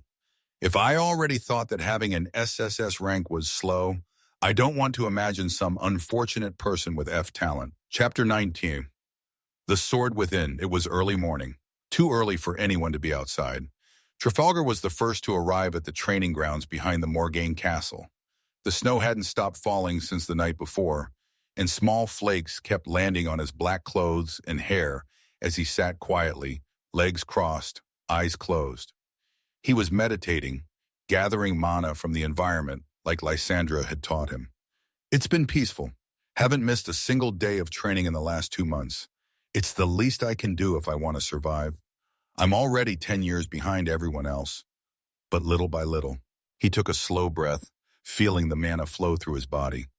Ravenna hasn't tried anything. Valter's been taking her and the older 4 siblings on missions. So Lysandra's been gone too. Still, I can feel it. My mana core's more than halfway full now. Looks like my talent's helping me grow faster than normal. The only problem is, I've got no one to compare myself to. Time passed. Eventually, the sound of footsteps started filling the training ground. Soldiers of House Morgain were arriving for their daily drills. At first, they had laughed at Trafalgar. He was terrible with the sword, and no one respected him. But after showing up every single day without missing a beat, things started to change. They still didn't see him as a real Morgain, but at least they weren't mocking him anymore. They just let him be. Then he heard it. Lighter steps, different from the rest. That's her. Trafalgar opened his eyes. Snow was still falling, and the air felt colder than before. Looks like they're back from the mission. Today's the day she said she'd evaluate me, to see if I'm ready to learn the Morgain passive skill. He stood up, brushing off the snow from his shoulders. Lysandra had returned. Lysandra crossed the training grounds without a word. Her white armor still bore faint traces of dried blood and dirt, but she moved with confidence. Her platinum blonde hair was tied back, and her sharp green eyes scanned the area with calm precision. Trafalgar stood up straight and nodded at her. "Morning. How did the mission go?" he asked, brushing some snow from his shoulder. "It went fine," she replied, adjusting the strap of her shoulder plate. "Some monsters tried to wipe out a remote village in the mountains. Same as always." She looked at him, then tilted her head slightly. "So, ready for your evaluation?" "So, ready for your evaluation?" "I am," Trafalgar said, gripping his gloves tighter. "Good," she said, rolling her shoulders. "I'm tired, and I want to rest, so let's get this over with. Summon your sword and start." "Just like that?" he asked, raising an eyebrow. "Just like that," she said flatly, then paused. "Wait!" She turned to the soldiers nearby and raised her voice. "Make space for Trafalgar." The Morgain soldiers paused mid-training. Some looked annoyed, others curious, but no one disobeyed. The command came from Lysandra, and her strength wasn't something anyone wanted to challenge. The area cleared within seconds. "Go ahead," she said, crossing her arms. Trafalgar nodded. He extended his hand, and Maledicta materialized in his grip, a sleek, dark blade with navy blue accents that glinted faintly in the snowlight. He inhaled deeply and stepped forward. His movements were precise, a clean sword drill of footwork, slashes, and stance. Then, finishing the sequence, he raised his sword slightly and channeled his mana. "Arc slash," he muttered. A flash of blue traced along the blade as he swung in a wide arc, cutting clean through one of the straw training dummies. The top half dropped it into the snow, hit the with a roaring run. Lysandra smirked slightly, then nodded. "Not bad," she said, crossing her arms again. "You don't suck anymore. You pass." Trafalgar exhaled slowly and lowered the sword. "Father gave me permission to teach you the Morgain sword technique," she continued, stepping closer. "Honestly, you've done well." Trafalgar wiped sweat from his brow with the back of his glove. "Looks like having sword insight with Max is finally paying off. Even if memorizing the movements of over 300 Morgain elites and Lysandra herself gives me a damn headache. Still, this skill really is a cheat code. Too bad it only works with sword techniques. But since my class is swordsman, I guess it fits." He looked up. "All right," he said, tightening his grip on the sword. "What's next?" Lysandra gave him a slight smirk and cracked her neck. "Watch closely," she said. "This is what you are going to learn." Lysandra stepped forward and raised her hand. A second later, her sword materialized, sleek, silver-edged, and perfectly balanced. Without speaking, she took a stance. Then she moved. Her steps were light, almost silent, her blade slicing through the air with precision. But what stood out wasn't just the sharpness, it was the flow. Every movement transitioned into the next, not in a rigid pattern, but like a choreographed dance. She advanced, spun, slashed, shifted her weight, pivoted on the balls of her feet, each strike blending seamlessly into the next. The blade danced with her. Quick bursts of motion followed by smooth pauses, like a rhythm only she could hear. Trafalgar couldn't look away. He narrowed his eyes, trying to absorb every step, every shift. It's graceful, efficient, controlled, and lethal. That's what I'm supposed to learn? Suddenly, a sharp jolt surged through his skull. He clenched his teeth, staggering slightly. Ch! Not now.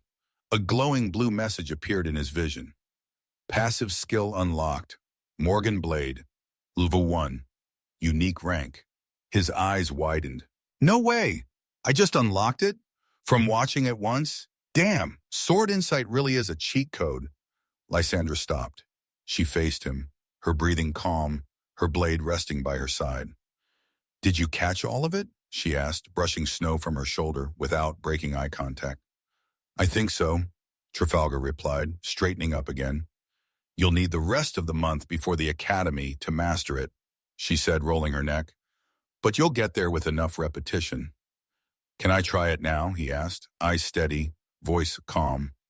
Lysandra blinked, slightly surprised. You want to try it now, after seeing it once? A few nearby soldiers turned their heads, murmurs already spreading. Trafalgar didn't flinch. Yes, I want to try. Lysandra shrugged. Go ahead. Trafalgar stepped into the clearing. He raised Maledicta, took a deep breath, and began to move. His feet shifted, hesitant at first, but his posture quickly adjusted. His blade mimicked the transitions Lysandra had shown. Forward step, pivot, diagonal cut, controlled reset. His timing was off in places, and he lacked the polish, but it was clearly the same form. Rough, but recognizable. The murmurs stopped. No one was laughing now. Lysandra lowered her sword, watching him in silence. Trafalgar, come here.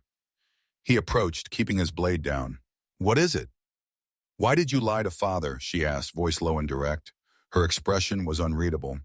About your talent being A rank, and to everyone else. Trafalgar met her eyes. Why do you think I lied? She narrowed her gaze. Don't play dumb. I'm the only one in this family who treats you like a human being. That technique, it doesn't get copied like that. Ever. She stepped closer. Only 3 people have learned it in less than a day. The first Morgain, the one who made it, over 1,000 years ago. Our grandfather and father. All of them had SS rank talent. The first, he had SSS. Trafalgar stayed silent for a moment. Then quietly, can you keep it to yourself? Lysandra let out a slow breath through her nose, arms crossed. I should tell father that your talent is SS. Maybe even higher. I get it, Mom, he said. I owe you. Her expression softened into a small smirk. You really do. But what about the soldiers who just saw you? He blinked. Oh, fuck, that's a problem. Exactly, she said, turning slightly. You won't be able to keep this hidden much longer.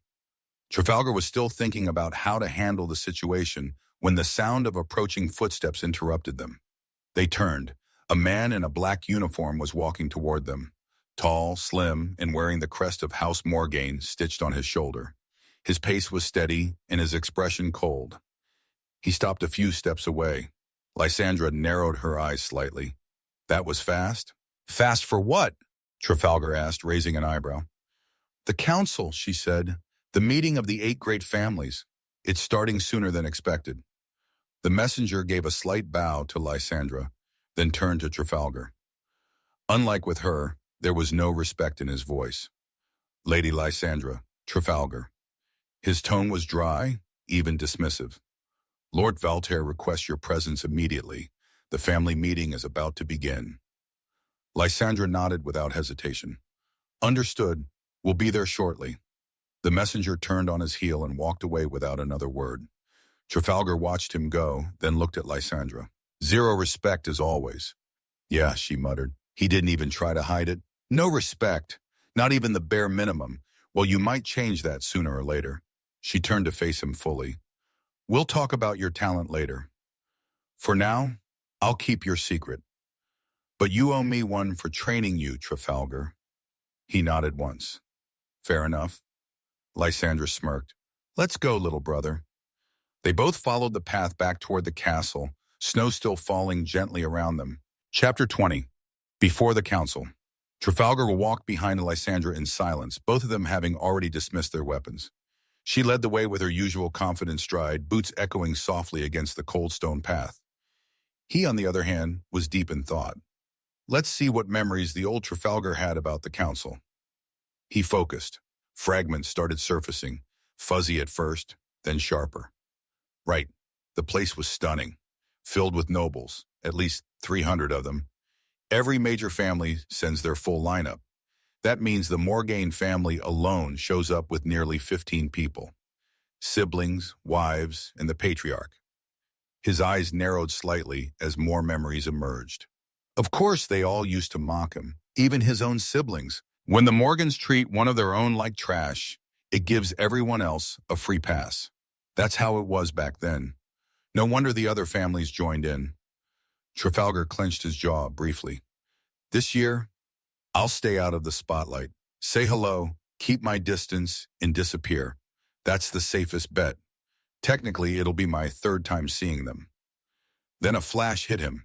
A girl. Her skin was pale, almost porcelain. 2 black horns curved from her forehead. Long purple hair flowed behind her in waves. Her eyes, grayish and calm, had once looked straight at him with something no one else had shown. Kindness. She had smiled. She had played with him. Wait, her? His eyes widened. Fucking hell, he muttered under his breath. Lysandra glanced back at him with a raised eyebrow. Something wrong? Trafalgar shook his head quickly. No, just thinking. She turned forward again and sighed. Well, get ready. The rest of the family still can't stand you. You didn't have to remind me, he said with a dry look. Trust me, I know. They kept walking, passing through the side corridors of the castle. The halls were colder today, quieter, like the entire household was holding its breath. Trafalgar's thoughts returned to the girl. That's her. Now I get why she said we were childhood friends. He frowned. Ugh, not that I know her. The old Trafalgar did. I just have his memories. Still, I remember one thing. She was the only one who ever took him by the hand and played with him. They were around 8 years old. His pace slowed slightly. At least now I know who the hell she was, and it confirms something else. Not all demons are evil. Even if some of them tried to kill me, that girl clearly wasn't. Maybe there's no war coming after all. He remembered her voice, calm but serious. It will be resolved at the soon. Trafalgar exhaled slowly as they approached a large door. The messenger ahead of them came to a stop in front of a tall, polished door flanked by 2 armored guards. Without looking back, he spoke firmly. We've arrived. Please enter. The other members of the family are already inside. Lysandra pushed the door open without hesitation and stepped in first. Trafalgar followed. The room was large and circular, with a vaulted ceiling and black banners lined in silver hanging from every column. At the center was a long obsidian table, and surrounding it were the most powerful members of House Morgain. He counted quickly. In total they were 9 heirs, 4 wives, and Valterre himself seated at the head. Trafalgar took a step forward and instantly felt it. Dozens of eyes on him, most of them filled with disdain, annoyance, or plain disinterest. No one offered a seat, not that he expected one. Then a voice laced with fake sweetness cut through the air. Hello, little brother. After this 2 months, you look better now. More mature. Ravenna. She was seated near the front, legs crossed elegantly, her expression a perfect mask of warmth. Trafalgar's entire body tensed. His hands curled slightly. A chill ran down his spine. Ugh, what a disgusting bitch. He didn't respond, just lowered his gaze for a second and looked away. Then came the voice that quieted the room instantly. Valterre stood. Good. It seems everyone is finally here, he said, voice deep and commanding. He looked around and his eyes briefly rested on Trafalgar, unreadable.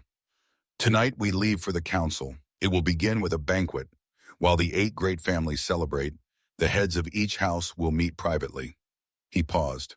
One of the main topics will be the recent attack by House Zarkale. They've crossed a line, and consequences must be discussed. Murmurs rippled through the room but quickly died down. Valtaire continued. Until then, all of you will attend the event as Morgains.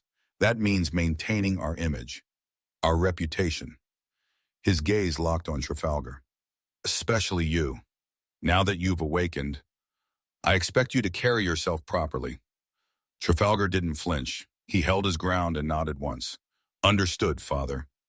Valtaire gave a slow nod in return. Good. That will be all. You're dismissed. Go prepare. The maids will assist you with your formal wear. Without another word, Trafalgar turned and walked out first, his boots echoing against the stone as he left. Behind him, quiet footsteps followed as the rest of the family began to move. Seraphine POV, far from the noise of the main hall, in one of the upper chambers of the Morgain estate, Lady Seraphine stood alone. Her room was lavish, draped in crimson silks and golden trims, a large mirror framed with enchanted runes standing across from her. Snow still fell outside the balcony, but inside the air was thick and stifling. She stood by the window, fanning herself aggressively. "How is this possible?" she hissed, her golden eyes wide with fury. Despite the cold air seeping through the stone walls, her skin was flushed, and her fan moved faster, as if trying to cool the storm inside her head. "That bastard boy! He actually awakened?" She turned sharply, heels clicking against the marble floor as she began pacing. "I made sure personally that he carried a curse since he was a child. He was never supposed to awaken, not after a decade of failure." Her voice rose with each word and the fan snapped closed in her hand. For 10 years he trained like a poop and never got anywhere. And now suddenly he breaks through. She stopped in front of the mirror, staring at her reflection. Her long, platinum blonde hair, usually perfect, was slightly frayed at the edges from how many times she had run her fingers through it. "What changed?" she muttered, voice lower now, almost shaken. "What happened these last few months?" Her hand trembled, still gripping the fan tightly. The image of Trafalgar came to mind, calm, quiet, standing tall in the family chamber. Seraphine's jaw tightened. "No, something's not right. He wasn't supposed to awaken at all."